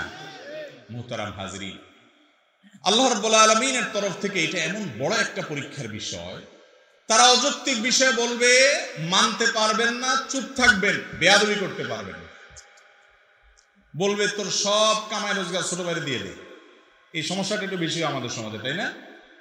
ওই বোনের দিকে বেশি টানে তো টানেই টানে টানেই টানে, আর বাকিটা কিছু দেখে না, বয়স হয়ে গেছে, সেন্স নাই, মাথায় কাজ করে না। আপনি তখন একজন সন্তান হিসাবে, জান্নাতের পথযাত্রী হিসাবে সেটাকে এনজয় করবেন, যে বয়স হয়ে গেছে তো, ছোটবেলা যেরকম মানুষ খেয়ে হারিয়ে ফেলে, উনিও সেরকম করছে, কিন্তু আল্লাহর পক্ষ থেকে পরীক্ষা, ওফ বলা যাবে না, ওফ স্যাড এসব বলা যাবে না, এমন কোনো কথা বলা যাবে না যে তাদের সামনে কষ্ট হতে পারে, মেনে নিতে হবে। বলে তাহলে কি অযৌক্তিক কাজ করতে হবে? না, অযৌক্তিক কাজ করতে শরীয়ত আপনাকে বাধ্য করে না। তিনি বললেন যে সব কামাই করে তোমার এই ভাইকে দিয়ে দাও, শরীয়ত আপনাকে বলে না সব কামাই করে দিয়ে দিতে। এই জায়গায় আপনি কি করবেন? এই জায়গায় আপনি করবেন হলো বিচক্ষণতার সাথে মোকাবেলা। কিভাবে? মা বাবার সাথে বেয়াদবি নেই, বলবেন আব্বা আমি যতটুকু পারতেছি চেষ্টা করতেছি, আপনি দোয়া করেন আল্লাহ যেন আরো তৌফিক দেয়, আল্লাহ ওকেও যেন দেয়, আমি দেব। কথাবার্তার ভিতরে কোমলতা থাকবেন, অপারগতা প্রকাশ করলে সেটা বিনয়ের সাথে করবেন, কৌশলে এড়িয়ে যাবেন, ডাইরেক্ট মিথ্যাও বলবেন না, আবার ধমকও বাবা মাকে দিতে পারবেন। জটিল একটা জায়গা, না পারবেন কইতে, না পারবেন সইতে, কিন্তু চুপ থাকতে হবে, কারণ আপনাকে জান্নাতে যেতে হবে। কথা কি বুঝতে পারছি ভাই? আব্দুল্লাহ ইবনে আব্বাস রাদিয়াল্লাহু তাআলা আনহুর একটা হাদিস আছে, উনি বলেছেন কেউ যদি বাপের সামনে মায়ের সামনে নিজের চাদর বা জামায় ধুলা লাগলে সেটা যদি এরকম ঝাড়া মারে বাপের সামনে মায়ের সামনে, এও মা বাবার নাফরমান, কিয়ামতের ময়দানে বিচার হবে। তাহলে এবার বুঝেন, যারা ধমক দিয়ে, ঝাড়ি দিয়ে, বেয়াদবি করে উচ্চ স্বরে বাবা মার সামনে কথা বলেন, তাদের পরিণতি কি হতে পারে? আজ যুবকদের মধ্যে বিশেষ করে এই ম্যানার্স হারিয়ে গেছে, ইসলামের সৌন্দর্য আজ আমাদের থেকে বিদায় হয়ে যাচ্ছে। এটাকে পুনরায় আমাদের মধ্যে ফিরিয়ে আনতে হবে এবং তওবা নাসুহা করতে হবে। যদি বাবার সাথে বেয়াদবি করেন, দুনিয়াতে আপনার সন্তানের হাতে আপনি লাঞ্ছিত হবেন, নগদ শাস্তি, আখিরাতেরটা পরে মিস নাই। একটা ঘটনা আপনারা শুনছেন না, বহু পুরাতন, মাহফিলে তো এই ঘটনা শুনতে শুনতে আমরা ছোটবেলা থেকে বড় হয়েছি। যে বাপের গলার রশি বেঁধে বলে ছেলে টানতেছে, বাড়ি থেকে টানতে টানতে বাঁশের ঝাড় পরিমাণ আনার পরে বাপে বলছে বাবা, ইশারা দিছে একটু থাম থাম। তো ছেলে বলছে যে কি ব্যাপার, হাত দিয়ে কি ইশারা দিতেছ? তোমার তো আজকে নিয়ে খেতে ফেলাই দিয়ে আসবে, জ্বালাইতেছো বহুত। সেটা এখনো আছে, একেবারে রূপকথার গল্প না। তখন বাপ বলে ছেলেকে বলছে বাবা আর টানিস না, এই জন্য বললাম কারণ তোর দাদারে আমি এই পর্যন্তই আনছিলাম, এখন আমার পরিণতি আমি সেটা ভোগ করতেছি, যতটুকু নিবি তুইও ভোগ করবি বাপ, মিস হবে না।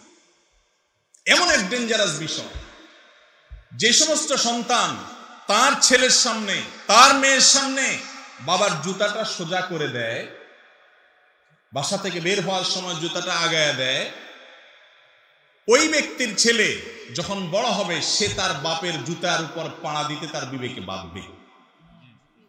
কারণ সে পরিবার থেকে দেখে দেখে শিখছে কিভাবে বাবাকে সম্মান করতে হয়।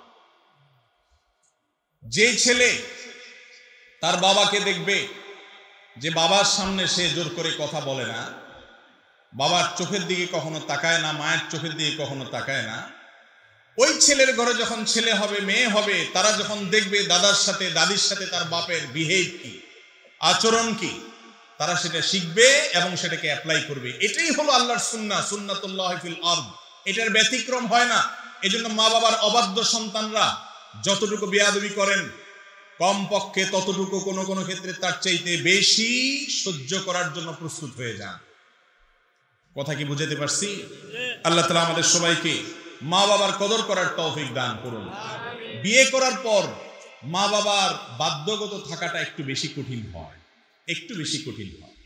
কারণ এই টাইমে দেখা যায় আমাদের সামাজিক যে ব্যবস্থাপনা আছে, যৌথ পরিবার সিস্টেম আছে, এটার কারণে আরো নানা কারণে বোঝাপড়ার ভেজাল হয়।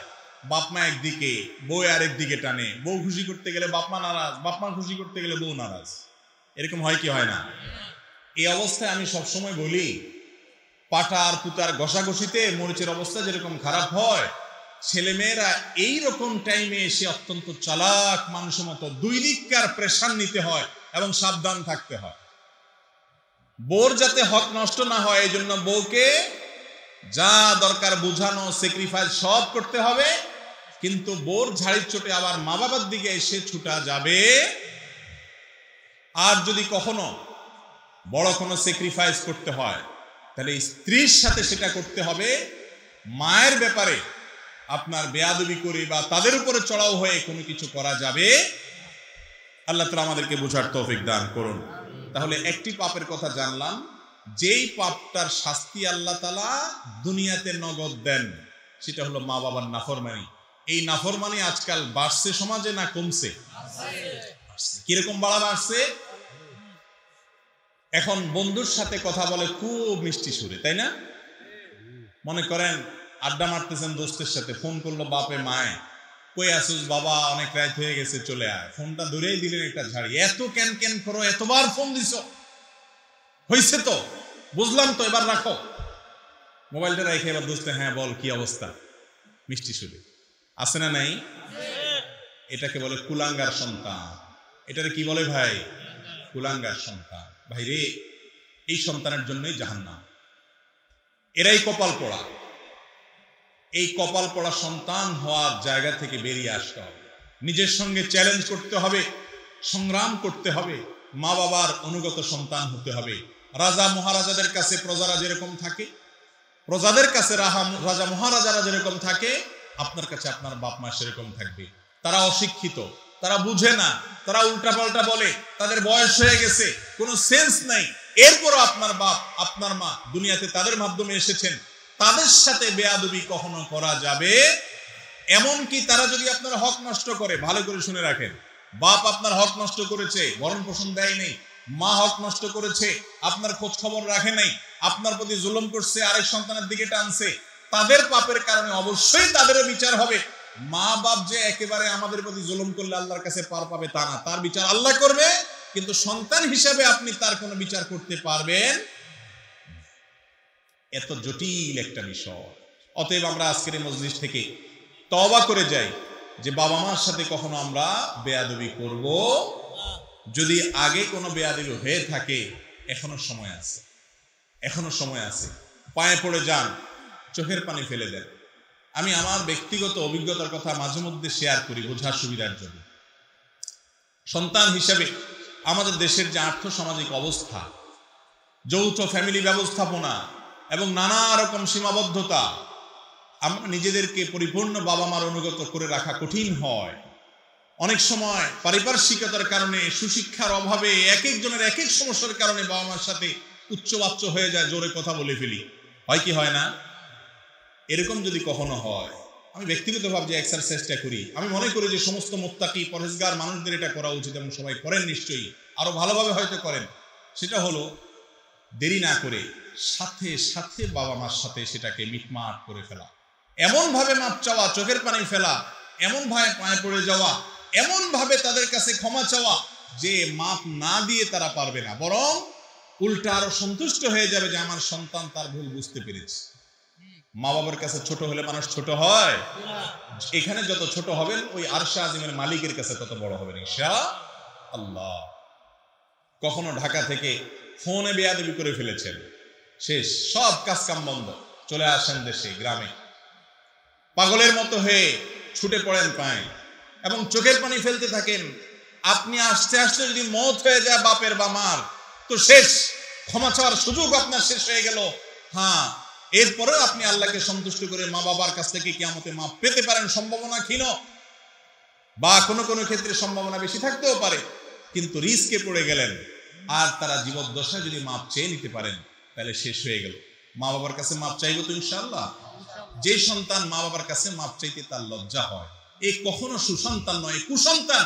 এ কখনো জান্নাতের পথযাত্রী হতে পারে না, এ কখনো ফরমাবরদার আল্লাহর বান্দা হতে পারে না। তার মুখে দাড়ি থাকতে পারে, তার মাথায় টুপি থাকতে পারে, তার গায়ে জুব্ব থাকতে পারে, তার এলেম কালাম থাকতে পারে, সে বড় আলেম হতে পারে, বড় খতিব হতে পারে, কখনো সে ভালো মুত্তাকি, পরহেজগার, আল্লাহর প্রিয় বান্দা হতে পারে।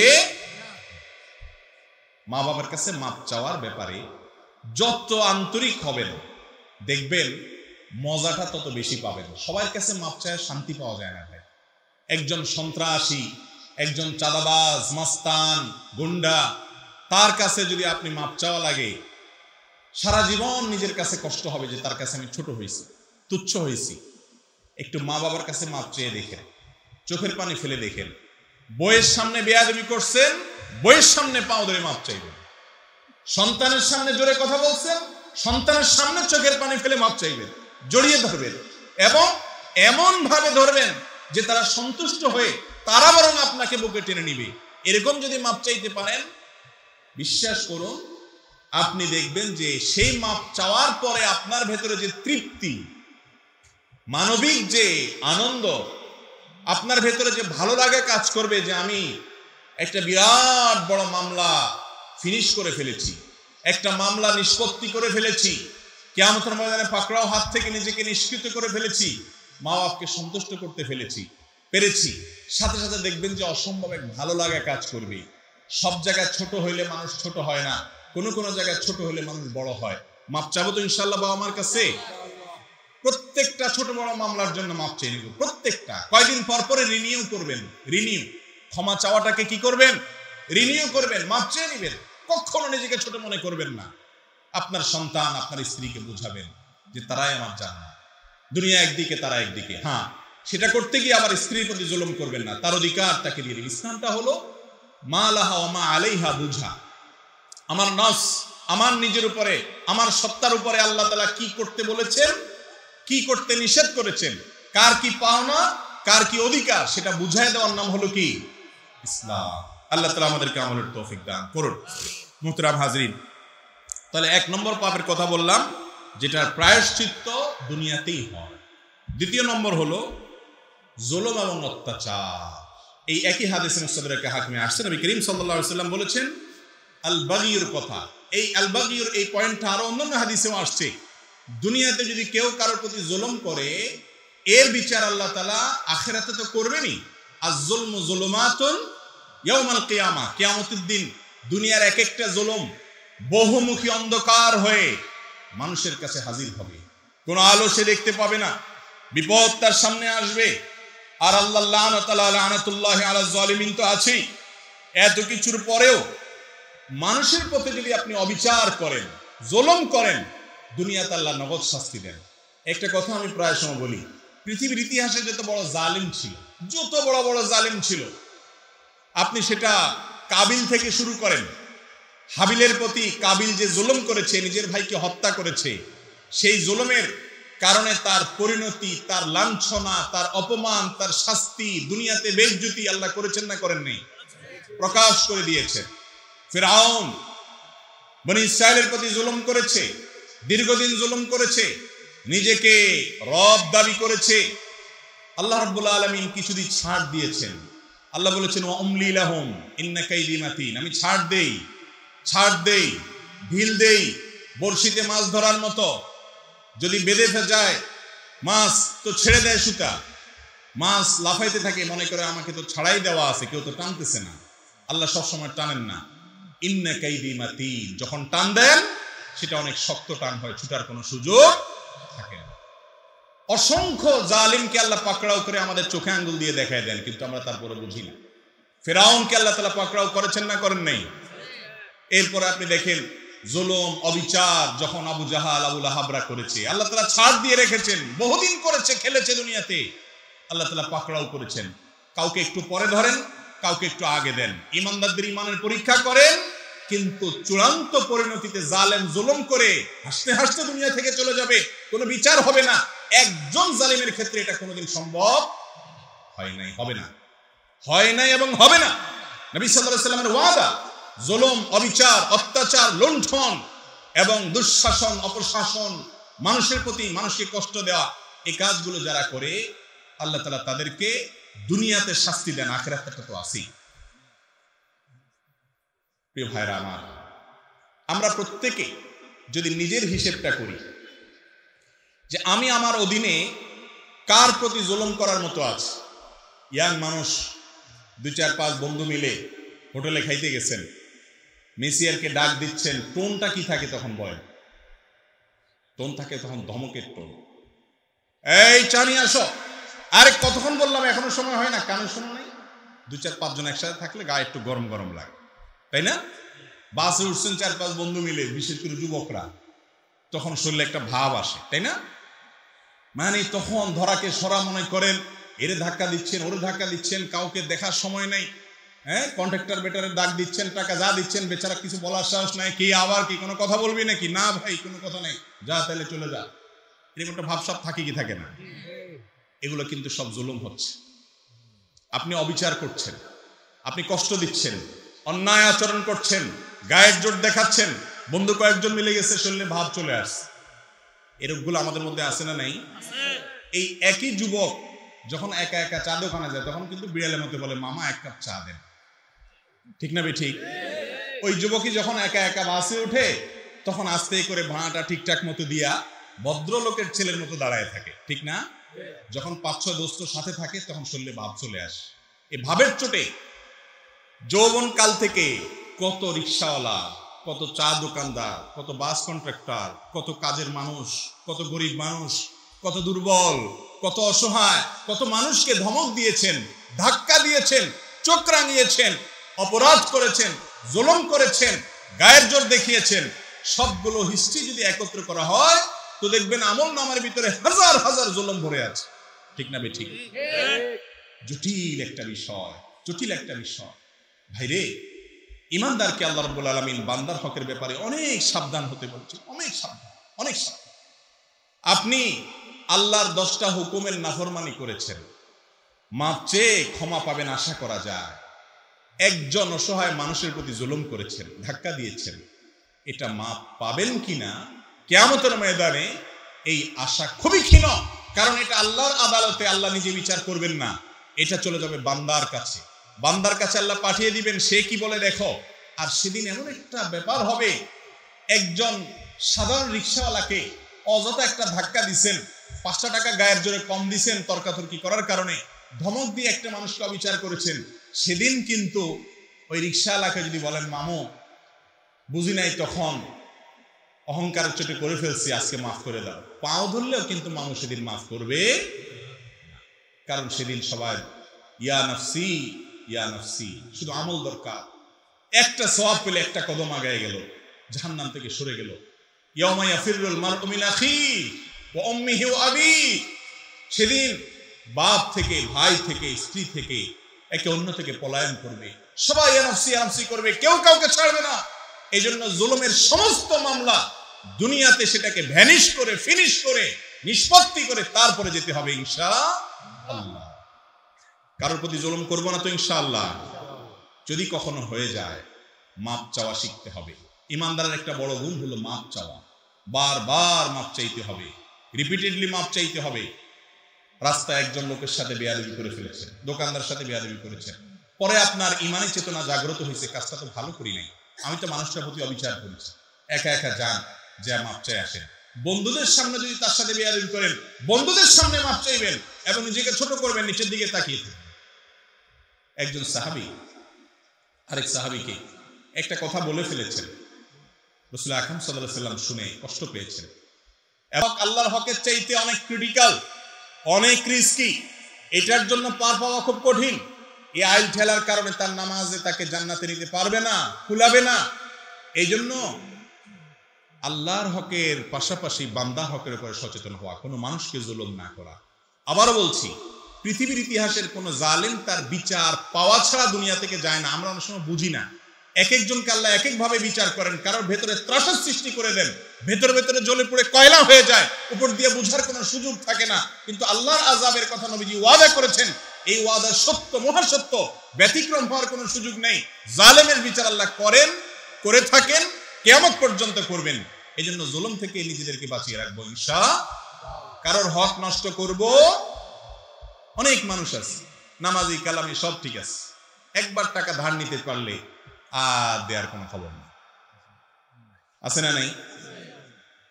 আর কোনোভাবে কেউ কাউকে চান্স পাইলেই হলো, ধাক্কা কিভাবে দেব, কিভাবে তাকে একটু ল্যাং মারবো, এই চিন্তা থাকে। কিন্তু আবার নামাজ কালামও পড়ে, কারণ হলো সে জানে না এই পাপ কত জঘন্য। আল্লাহ তাআলা আমাদেরকে বেঁচে থাকার তৌফিক দান করুন। নাম্বার 3, কোন মুসলমানের ইজ্জত নষ্ট করা, এটা খুব ভয়াবহ একটা ব্যাপার। নবী করিম সাল্লাল্লাহু আলাইহি সাল্লাম বলেছেন, যদি কোনো মানুষ কোনো একটা মানুষকে এমন কোনো জায়গায় অপমান করে, যে জায়গায় লোকটা আসলে কোনো বিপদে আছে, ওই জায়গায় আপনি তাকে অপমান করলেন, চান্সে আপনি তার উপরে আরো চড়াও হলেন, আল্লাহ রাব্বুল আলামিন আখিরাতের শাস্তি তো আছে, দিবেনই, দুনিয়াতে এটা জমা করে রাখবেন। এবং আপনি এমন কোন জায়গা, যে জায়গায় আপনার প্রেস্টিজ ইস্যু হয়ে দাঁড়াবে, আপনি চাবেন যে সেখানে আপনাকে কেউ হেল্প করুক, কিন্তু সেই জায়গায় আল্লাহ তাআলা অন্য কাউকে দিয়ে আপনাকে অপমান করাবে, রেহাই নেই। কোন মানুষকে যদি তুচ্ছ করেন, অপমান করেন, তার শাস্তি আল্লাহ তাআলা দুনিয়াতে নগদ দিবেন। আমাদের মধ্যে এই রোগটাও অনেক বেশি। কিছু কিছু অপরাধ আছে ভাই, যে অপরাধগুলো আমরা আঁচ করি না, বুঝি না, অনুমান করি না। একজন জেনা করছে, বুঝি খারাপ কাজ করছে, মদ খাইছে, বুঝি খারাপ কাজ করছে, খুন করছে, বুঝি, জানি যেটা খারাপ কাজ করছে। কিন্তু একটা মানুষকে আপনি কথায় কথা হাসির ছলেই অপমান করে দিলেন, বেইজ্জত করে দিলেন, ছোট করে দিলেন, তার হক নষ্ট করে দিলেন, হাসতে হাসতে করে ফেলছেন, টেরও পান নাই। আছেন না এগুলা? আমাদের যুবকদের মধ্যে দেখবেন যে রোস্টিং ভিডিওর একটা আপনার কালচার আছে। রোস্টিং ভিডিও বুঝেন আপনারা? আমরা সাধারণত জানি মুরগি রোস্ট করে, রোস্টিং ভিডিওতে মুরগির রোস্ট হয় না, মানুষের রোস্ট হয়। শব্দটার মধ্যেই বোঝা যাচ্ছে কি পরিমাণ অ্যাগ্রেসিভ কর্মকাণ্ড সেখানে হতে পারে। কেউ হয়তো কোনো ভুল করেছে, কোনো অন্যায় করেছে, আর তো রক্ষা নাই। ফেসবুক আছে হাতে, ইউটিউব আছে হাতে, সবার হাতে হাতে মিডিয়া। এবার তার ব্যাপারে এমন সব কথা, এমন সব কাজ, এমন সব অভিযোগ, হ্যাঁ, দোষ করলে সেটা সংশোধন করতে হবে, সমালোচনা করতে হবে, তার নীতিমালা আছে শরীয়তে, সেসব নেই। এবার রোস্ট করে তাকে, নাম দিছে রোস্টিং ভিডিও। আছে না নাই? কিভাবে কাকে কে ছোট করবে, এটার জন্য প্রতিযোগিতা লিপ্ত হইল। এই অপরাধগুলোর সবচেয়ে ভয়াবহ দিক হলো, এগুলো যে অপরাধ, সেই চেতনা, সেই বোধ আমাদের মধ্যে নেই। আপনি যদি অপরাধকে অপরাধ মনে করেন, তাহলে তো তওবা তৌফিক হবে। আপনি তো এরকম হাজার হাজার মানুষের ইজ্জত নষ্ট করেছেন, অপমান করেছেন, আপনার খবরও নেই। বিশেষ করে কেউ যখন কোনো বিপদে পড়ে, জাতীয় কোনো ব্যক্তিত্ব, যে কোনো মানুষ, তো এবার ওই হাতি খাতে পড়লে যেরকম হয় আর কি, সবাই মিলে তার 14 গোষ্ঠী বলতে গিয়া যা না তাও বলি, আর ব্যঙ্গ, বিদ্রুপ, ঠাট্টা, গালিগালাজ এগুলো তো আমরা মোটামুটি তখন জায়েজই মনে করি।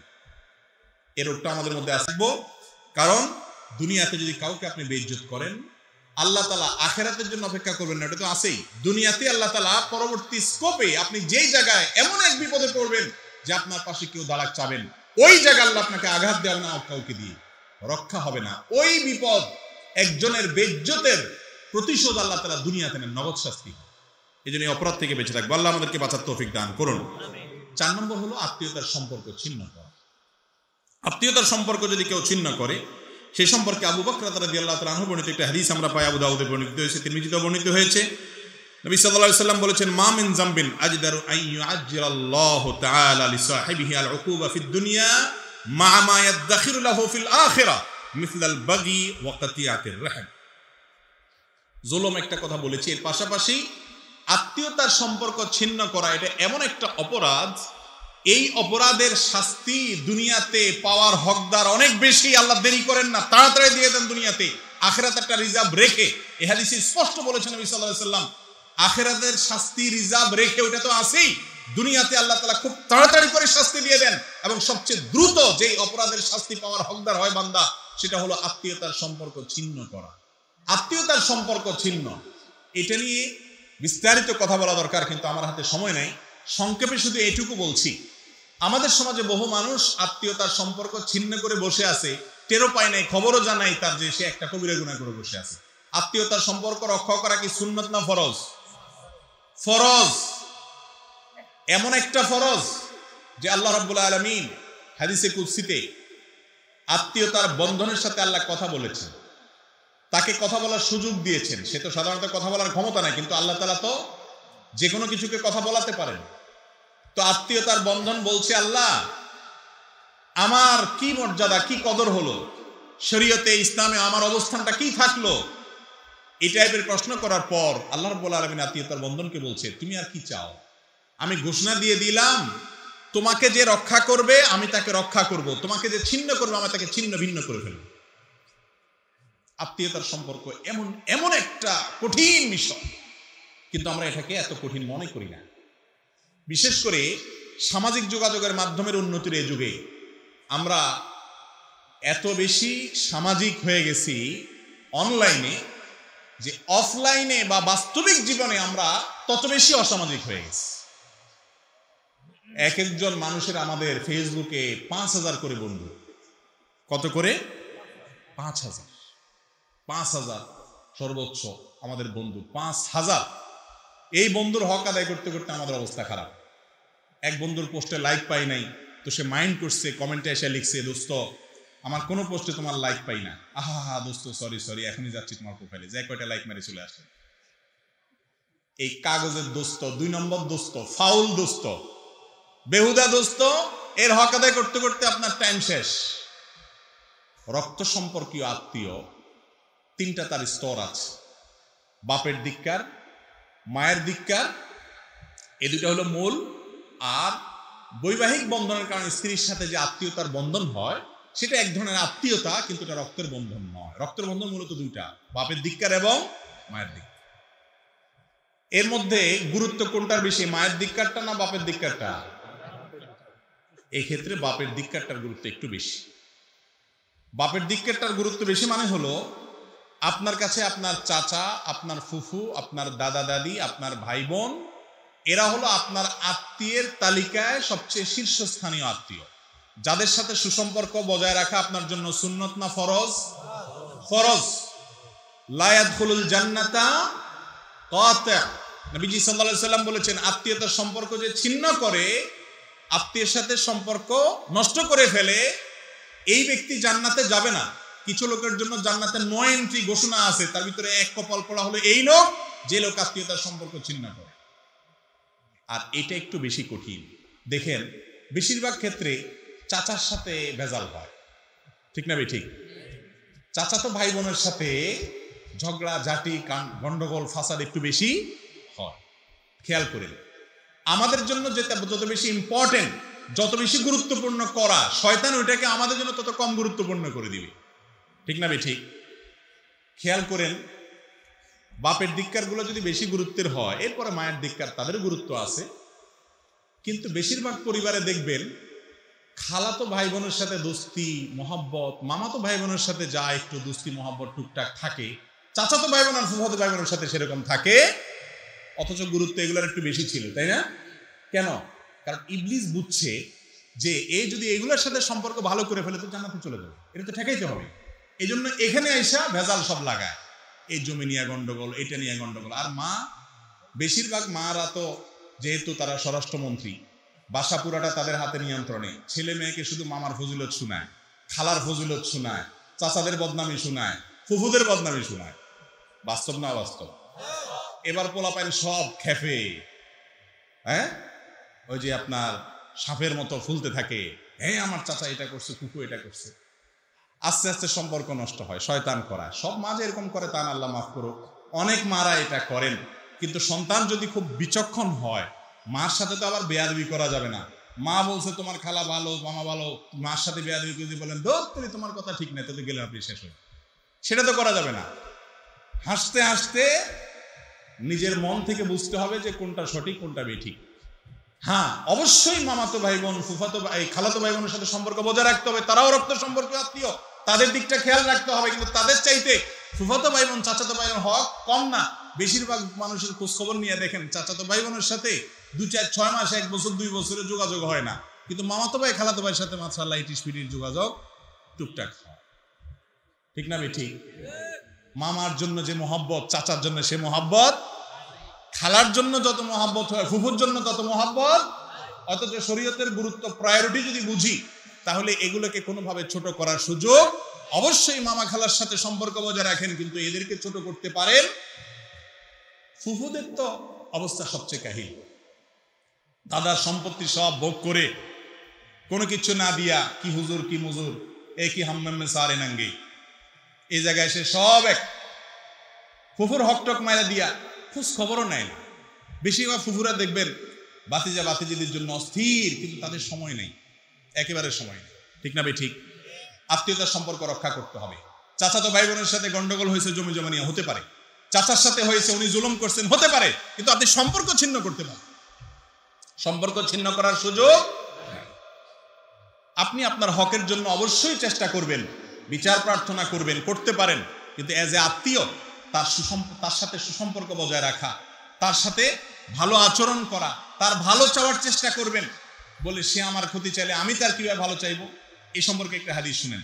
নবী করিম সাল্লাল্লাহু আলাইহি সাল্লাম বলেছেন, এক ব্যক্তি এসে বলতেছে, ইয়া রাসূলুল্লাহ, আপনি বলেন আত্মীয়তার সম্পর্কের ব্যাপারে এত গুরুত্ব দিয়া বলেন যে আল্লাহ তাআলা এটা ছিন্ন করলে আল্লাহ তাকে ছিন্ন করে ফেলবেন, এত ডেঞ্জারাস বিষয়, আত্মীয়ের সাথে সম্পর্ক রাখতেই হবে, অন্তত ফোনে খোঁজ খবর নেওয়া, আজকাল যেগুলো আমরা করতে পারি সেগুলো তো আমরা করবোই। তো নবী সাল্লাল্লাহু আলাইহি সাল্লাম ওই সাহাবীকে বলেছেন, আমার আত্মীয় আমি ভালো করতে চাইলেও সে আমার দিকে খারাপ আচরণ করে। আমি চাই মিশতে, সে চায় দূরে সরতে। আমি চাই ভালো করতে, সে সেটাকে খারাপ ভাবে নেয়। আমি কি করবো ইয়া রাসূলুল্লাহ? তখন নবী করিম সাল্লাল্লাহু আলাইহি সাল্লাম বলেছেন, লাইসাল ওয়াসিলু বিল মুকাফি। তোমার আত্মীয় তোমার ছেলের জন্য একটা গিফট আনছে, তুমিও একটা গিফট দিলা, এটা আত্মীয়তার সম্পর্ক রক্ষা করা হলো না। এটা হলো আপনার বিনিময় পাইয়া তুমি তার সাথে ভালো আচরণ করলে। এটা তো অন্য সবার সাথে করবা, যে কেউ তোমাকে হাল জাযাউল ইহসান দার ইহসান, কেউ ভালো করলে তুমিও ভালো করবা। আত্মীয়র জন্য এটা না। তাহলে কোনটা? আত্মীয়র জন্য হলো সে যদি ভালো নাও করে তুমি ভালো করবা, সে যদি খারাপ করে তারপরে তুমি ভালো করার চেষ্টা করবা। হ্যাঁ, তুমি তার সাথে মিশতে গেলে সে তোমার ক্ষতি করে বিপদের মধ্যে ফেলে, তাহলে তুমি আত্মরক্ষার জন্য দূরে থাকতে পারো। কিন্তু তোমার মনের ভিতরে আবেগ থাকতে হবে, সে আমার রক্ত সম্পর্কীয় আত্মীয়, ব্লাডের আত্মীয়, তার সাথে আমি কিভাবে সুসম্পর্ক রাখতে পারি, তার ভালো আমি চাই, আল্লাহ তাকে হেদায়েত দেখ, ভালো করুক, তার কল্যাণ আমি চাইবো, অগোচর উপকার করার চেষ্টা করবো। এর নাম হলো মুসলমান। কথা কি বুঝাতে পারছি? কিন্তু আজকাল আমাদের সমাজে আত্মীয়তার বন্ধন রক্ষা করার ব্যাপারে কোনো গুরুত্ব, ওই 30 মাইল দূর থেকে দোস্তকে এনে দাওয়াত করে খাওয়ান, কিন্তু পাশের বাসার চাচা জেঠা চাচাতো ভাই বোন তাদেরকে দাওয়াত দিয়ে খাওয়ানোর কপাল হয় না। খুব ভয়াবহ একটা বিষয়। জরুরি ফরজগুলোকে শয়তান এমন ভাবে আমাদের সামনে ভুলে রাখছে, খবরও নেই, সেন্স নেই। তাহলে আত্মীয়তার সম্পর্ক রক্ষা যদি না করে, কেউ ছিন্ন করে, কোনো একটা কারণে আপনি কথা বললেন না, ফুফুর সাথে একটা কথা কাটাকাটি হয়েছে, কোনো কিছু নিয়ে ভুল বোঝাবুঝি হয়েছে, চাচার সাথে হয়েছে, বাস কথা বন্ধ করে দিলেন, জায়েজ নাই। 3 দিন রাগ করতে পারেন। আল্লাহ তাআলা বান্দার এই ন্যাচারাল কষ্টকে স্বীকার করেন। অর্থাৎ এই কষ্টকে আল্লাহ রাব্বুল আলামিন অ্যালাউ করেন, ঠিক আছে তুমি কষ্ট পাইছো 3 দিন চুপ থাকো, কিন্তু লা ইয়াহিল্লু লিমুসলিমিন আন ইয়াহজুরা আখাহু ফাওকা 3 লায়াল, 3 দিনের বেশি আপনি রাগ করে থাকবেন, যোগাযোগ রাখবেন না, এই সুযোগ নেই। মিশতে আপনাকে হতেই হবে, সে মিশতেছে না আপনি যাই মিশবেন, সালাম দিবেন, তার ভালো করার চেষ্টা করবেন, সে ভুল বুঝতেছে বুঝুক, যতক্ষণ পর্যন্ত আপনি ক্ষতিগ্রস্ত না হন আপনার চেষ্টা অব্যাহত রাখতে হবে। একটু কঠিন, একটু জটিল, একটু তিতা ওষুধ, কিন্তু খাইতে হবে, কারণ আমাকে জান্নাতে যেতে হবে। চেষ্টা করবো তো ইনশাআল্লাহ। আল্লাহ তাআলা আমাদেরকে তৌফিক দান করুন। 5 নম্বর হলো ভাই লোক দেখানো আমল। লোক দেখানো আমল বা রিয়া। নবী করিম সাল্লাল্লাহু আলাইহি ওয়াসাল্লাম বলেছেন, কেউ যদি কোনো ভালো কাজ করে মানুষকে দেখানোর জন্য, এখন তো এমন একটা সময় আসছে ফেসবুকের যুগ, সুবহানাল্লাহ, চুল পরিমাণ কোনো ভালো কাজ করব আর ফেসবুকে পোস্ট হবে না, এটা তো কোনোদিনই হতে পারে না। মক্কা শরীফ গেলাম আমি, আর একটা ছবি দেব না ফেসবুকে, কেমন হয়? চাইতেই হবে, ঠিক না? একটা কলা দিলাম 5 জন মিলে একটা গরিব মানুষকে, ছবি তুলতে হবে 2-4-10টা, ঠিক না ভাই? ঠিক। এই যুগে আমলকে শুধু আল্লাহকে দেখানোর জন্য করা এটা কঠিন হয়ে গেছে ভাইরা আমার। এটা ঠিক, লৌকিকতা মানুষকে দেখানোর মাধ্যমে একটা তৃপ্তি পাওয়া যায়, মজা পাওয়া যায়, যে সবাই আমাকে বাহবা দিল, লাইক দিল, কমেন্ট করলো ফেসবুকে, নিজের কাছে একটু ভালো লাগলো, বুঝলাম, এটা পাওয়া যায়। কিন্তু হাল্লাকা সিররুন ইনদাল্লাহ, আপনি একটু কিছু গোপন আমল করে দেখেন। একটা আমল করেন, কাউকে বলবেন না পৃথিবীতে, কাউকে, নিজের স্ত্রীকে না, বন্ধু বান্ধবকে না, মা বাপকে না, কাউকে না, একদম গোপনে একটা আমল করেন, কাউকে কিছু দেন, এবং এরপরে আপনি শুধুমাত্র একা একা এটা নিজের ভিতরে রাখেন। জীবনে কখনো গল্প দিতে যাবেন না কাউকে যে কিছু করছেন, একটা মানুষ উপকার করছেন, দান করছেন, একটা নফল আমল করছেন, 2 রাকাত নামাজ পড়েন, এমন ভাবে ডানে বামে কেউ নাই, কেউ দেখছে না, একটু এই টাইমে আল্লাহর কাছে খুব ধীরে ধীরে 2 রাকাত নামাজ পড়েন, এই নিয়তে যে শুধু আল্লাহকে দেখাচ্ছি আর কাউকে দেখাচ্ছি না। এরকম যদি 2 রাকাত নামাজ পড়তে পারেন, 10 টাকা দান করতে পারেন, একটা মানুষ উপকার করেন, কাউকে দেখালেন না, কেউকে জানতেও দিলেন না, আল্লাহর কসম করে বলছি, যে তৃপ্তিটা আপনার মনের ভেতরে হবে, হাজার হাজার লক্ষ লক্ষ লাইক কমেন্ট পাইয়া সেই তৃপ্তি কখনো পাবেন না। লক্ষ লক্ষ লাইক কমেন্টে যে তৃপ্তিটা পাবেন, সেই তৃপ্তিটার মধ্যে এক ধরনের নোংরামও থাকে, এক ধরনের দেখবেন যে অস্বস্তি থাকে, এক ধরনের মানে কোন একটা দিক থেকে একটা অপূর্ণতা থাকে, সেটা পরিচ্ছন্ন, নির্মল, পবিত্র আনন্দ না। কিন্তু আপনি নিজের ভেতরে এক ধরনের আপনার সেই আমলটাকে লুকোনোর মানসিকতা রাখবেন, আল্লাহর সাথে আপনার কথা হবে যে আল্লাহ তোমাকে দেখানোর জন্য করছি, আর কেউ দেখছে না, কেউ জানছে না, এই যে নিরালা, এই যে আল্লাহর সাথে একান্তে আপনার সাথে আলাপচারিতা, এটার যে ফিলিংস হবে আপনার অন্তরে, সেটা আল্লাহর কসম সবচেয়ে পবিত্র আনন্দ হবে। করে দেখেন, করে দেখেন, মাঝে মধ্যে দেখবেন কি ভালো লাগে কাজ করে। আজ এমন একটা সময় আসছে, সব কিছুতে লৌকিকতা, মিডিয়ার কল্যাণে ভালো যেরকম হচ্ছে, আমাদের আমলগুলো বরবাদও হচ্ছে সেরকম। শিরকে আসগার, মানুষকে দেখানোর জন্য কিছু করবে। এই জন্য আপনারা জানেন 3 ব্যক্তিকে দিয়ে জাহান্নাম উদ্বোধন করা হবে, তার ভিতরে 3 ব্যক্তি হলো রিয়াকার, জাহান্নাম শুরুই হবে এদেরকে দিয়ে, এদের আগে কেউ জাহান্নামে যাবে না। কারি তেলাওয়াত করে, সবাই বাহবা দেয়, আল্লাহু আকবার বলে, মাশাআল্লাহ বলে, আল্লাহ বলবেন অনেক সুন্দর সুর দিছিলাম, কেরাত ভালো পারতা, কি করছো? বলবে আল্লাহ তোমার কালাম তেলাওয়াত করে আসছে, আল্লাহ বলবেন বুঝছি। বাহবা পাওয়ার জন্য করছো, লাইক কমেন্ট বাহবা সব পাইছো, জাহান্নামে যাও। আলেম সাহেব কি করে আসছো? হ্যাঁ আল্লাহ এই যে এত ওয়াজ নসিহত করছে, এত কিছু করছে। আল্লাহ বলবেন কি জন্য করছো আমি জানি, যে জন্য করছো সেটা হয়ে গেছে, জাহান্নামে যাও খালি হাত। মুজাহিদ জিহাদ করে আসছো, কি করে আসছো? আল্লাহ জীবন দিয়ে দিছি আপনার জন্য, জীবন আমার জন্য দাও নাই, বীর বাহাদুর এটা সেটা পাবা, সেগুলো পেয়ে গেছো, জাহান্নামে যাও। এই হাদিস থেকে বোঝা যায় কোনো আমলকে মানুষের সামনে দেখানোর মানসিকতা, এটা এমন একটা ভয়াবহ বিষয় যে এটা আখিরাতের শাস্তি অনেক ডেঞ্জারাস। কিন্তু আজকে আমরা বলতেছি দুনিয়াতেও শাস্তি হবে।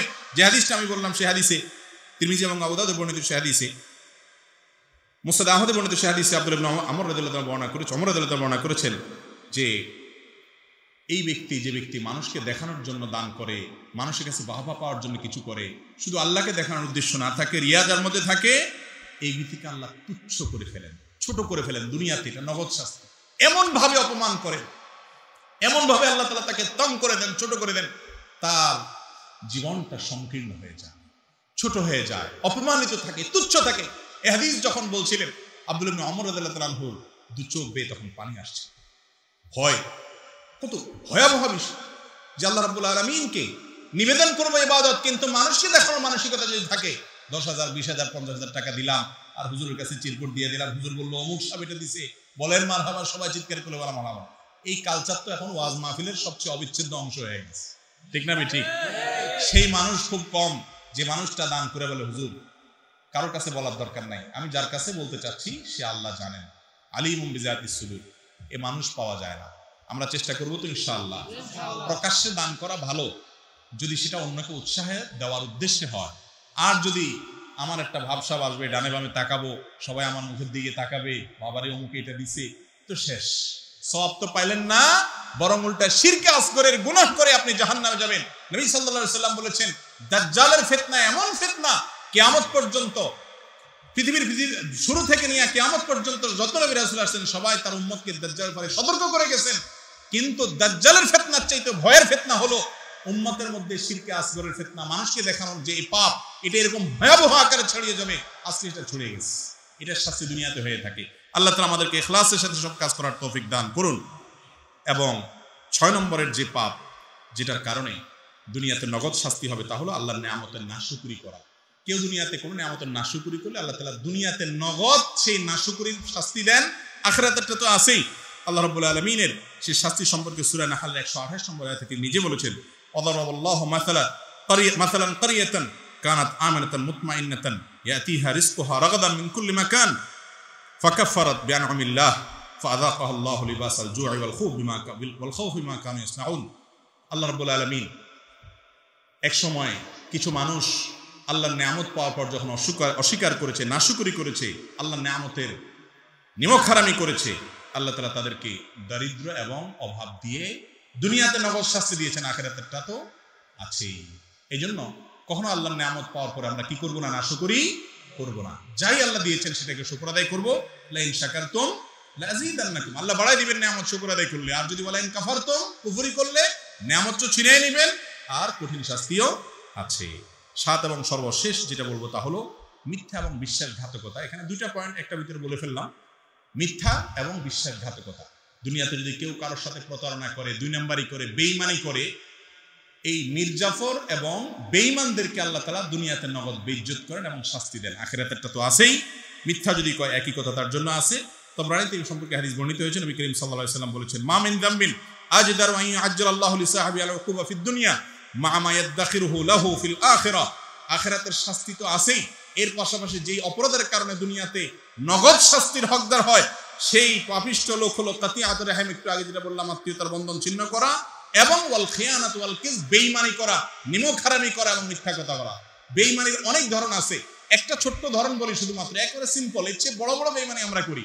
সেটা হলো আপনার কাছে কেউ কোনো কথা বলবে, তিরমিজির হাদিসে আসছে নবী করিম সাল্লাল্লাহু আলাইহি ওয়াসাল্লাম বলেছেন, ইযা হাদ্দাসা রাজুলু ফালতাফাতা, কোন মানুষ আপনার সাথে কথা বলে একটু এদিক ফিরছে বা সেখান থেকে সরে গেছে, ফাহিয়া আমানা, সেই কথা আপনার কাছে আমানত হয়ে গেল। আপনি এটা যদি আরেকজনের কাছে বলে বেড়ান, আপনি আমানতের খেয়ানত করলেন, বিশ্বাসঘাতকতা করলেন, আপনি এই প্রতারণা করে এই যে দুনিয়াতে নগদ শাস্তির উপযুক্ত হয়ে গেলেন। এত ডেঞ্জারাস অপরাধ। ফেসবুকে কয়দিন পর পর দেখেন অমুকের ফোন কল ফাঁস হয়েছে, তমুকের ফোন কল ফাঁস হয়েছে, খুব মজা করেন, খুব শান্তি লাগে, আপনার আরেকজনের ফাঁস হয়ে গেছে, মজা করে অনেক কিছু লেখেন। কিন্তু এই ফাঁস যারাই করে, যেভাবেই করে, ব্যক্তিগত কথোপকথন সংশ্লিষ্ট দায়িত্বশীল যারা আছে, এজেন্সিগুলো যারা আছে, তারা মনিটর করতে পারে নিরাপত্তার প্রয়োজনে, সেটা ভিন্ন কথা। কিন্তু পাবলিকের সামনে কারোর গোপন কোনো কিছু প্রকাশ করে দেওয়া, এটা কি ভালো কাজ না খারাপ কাজ? খারাপ কাজ। কোন কোন ক্ষেত্রে হতে পারে জাতীয় স্বার্থ বিবেচনা করে যদি সেটা প্রয়োজন হয়, একান্ত এক্সক্লুসিভ হতে পারে। কিন্তু নর্মালি যেটা হয়, আমরা কারোর কিছু পাইলেই হইলো, বাস, এটা একটা মজার আইটেম আমাদের কাছে, ঠিক না ভাই? ঠিক। শয়তান আজকাল পাপগুলোকে আমাদের কাছে উপভোগ্য করে তুলেছে। আল্লাহ রাব্বুল আলামিন এই 7টি মহাপাপ যেগুলোর কারণে দুনিয়াতে নগদ শাস্তি হয়, সেগুলো থেকে আল্লাহ তাআলা আমাদেরকে বেঁচে থাকার তৌফিক দান করুন। আমি এক নজরে আবারও বলছি, মা বাবার অবাধ্য হওয়া, 2 জুলুম এবং অবিচার করা, 3 কোনো মুসলমানকে অপমান করা, কারোর মান সম্মান নষ্ট করা, 4 আত্মীয়তার সম্পর্ক ছিন্ন করা, 5 লোক দেখানো কোনো আমল করা, 6 আল্লাহর নিয়ামতের নাশুকরি করা, আর 7 বেঈমানি করা, নিমকহারামি করা, প্রতারণা করা, মিথ্যা কথা বলা, কারো ক্ষতি করা। আল্লাহ তাআলা আমাদের সবাইকে এই সবগুলো পাপ থেকে বেঁচে থাকার তৌফিক দান করুন।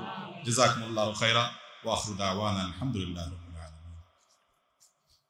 সময় তো আর নাই মনে হয়, প্রশ্ন তো থাকে, সময় তো নাই মনে হয় আমার, ৩৯ হয়ে গেছে। কই কর্তৃপক্ষ কই? প্রশ্ন তাই করি আমি, শুধু প্রশ্ন উত্তর করতে বলে, একটু ওয়াজ করতে পারি না, যদিও সুট্টুর নাই আমার আলহামদুলিল্লাহ, তারপরে তো চেষ্টা করলাম। জি ভাই, আল্লাহ আস্তাগফিরুল্লাহ। ক্যামেরা ভাইরা বসে যান, ক্যামেরাম্যান ভাইরা বসে যান, ডিস্টার্ব করেন না। আল্লাহ তাআলা আমাদেরকে যা শুনেছি বুঝেছি সেগুলো চাই আমাদেরকে আমলের তৌফিক দান করুন। জাযাকুমুল্লাহ খাইর ওয়া আখিরু দাওয়ানা আলহামদুলিল্লাহি রাব্বিল আলামিন। আসসালামু আলাইকুম ওয়া রাহমাতুল্লাহি ওয়া বারাকাতুহু।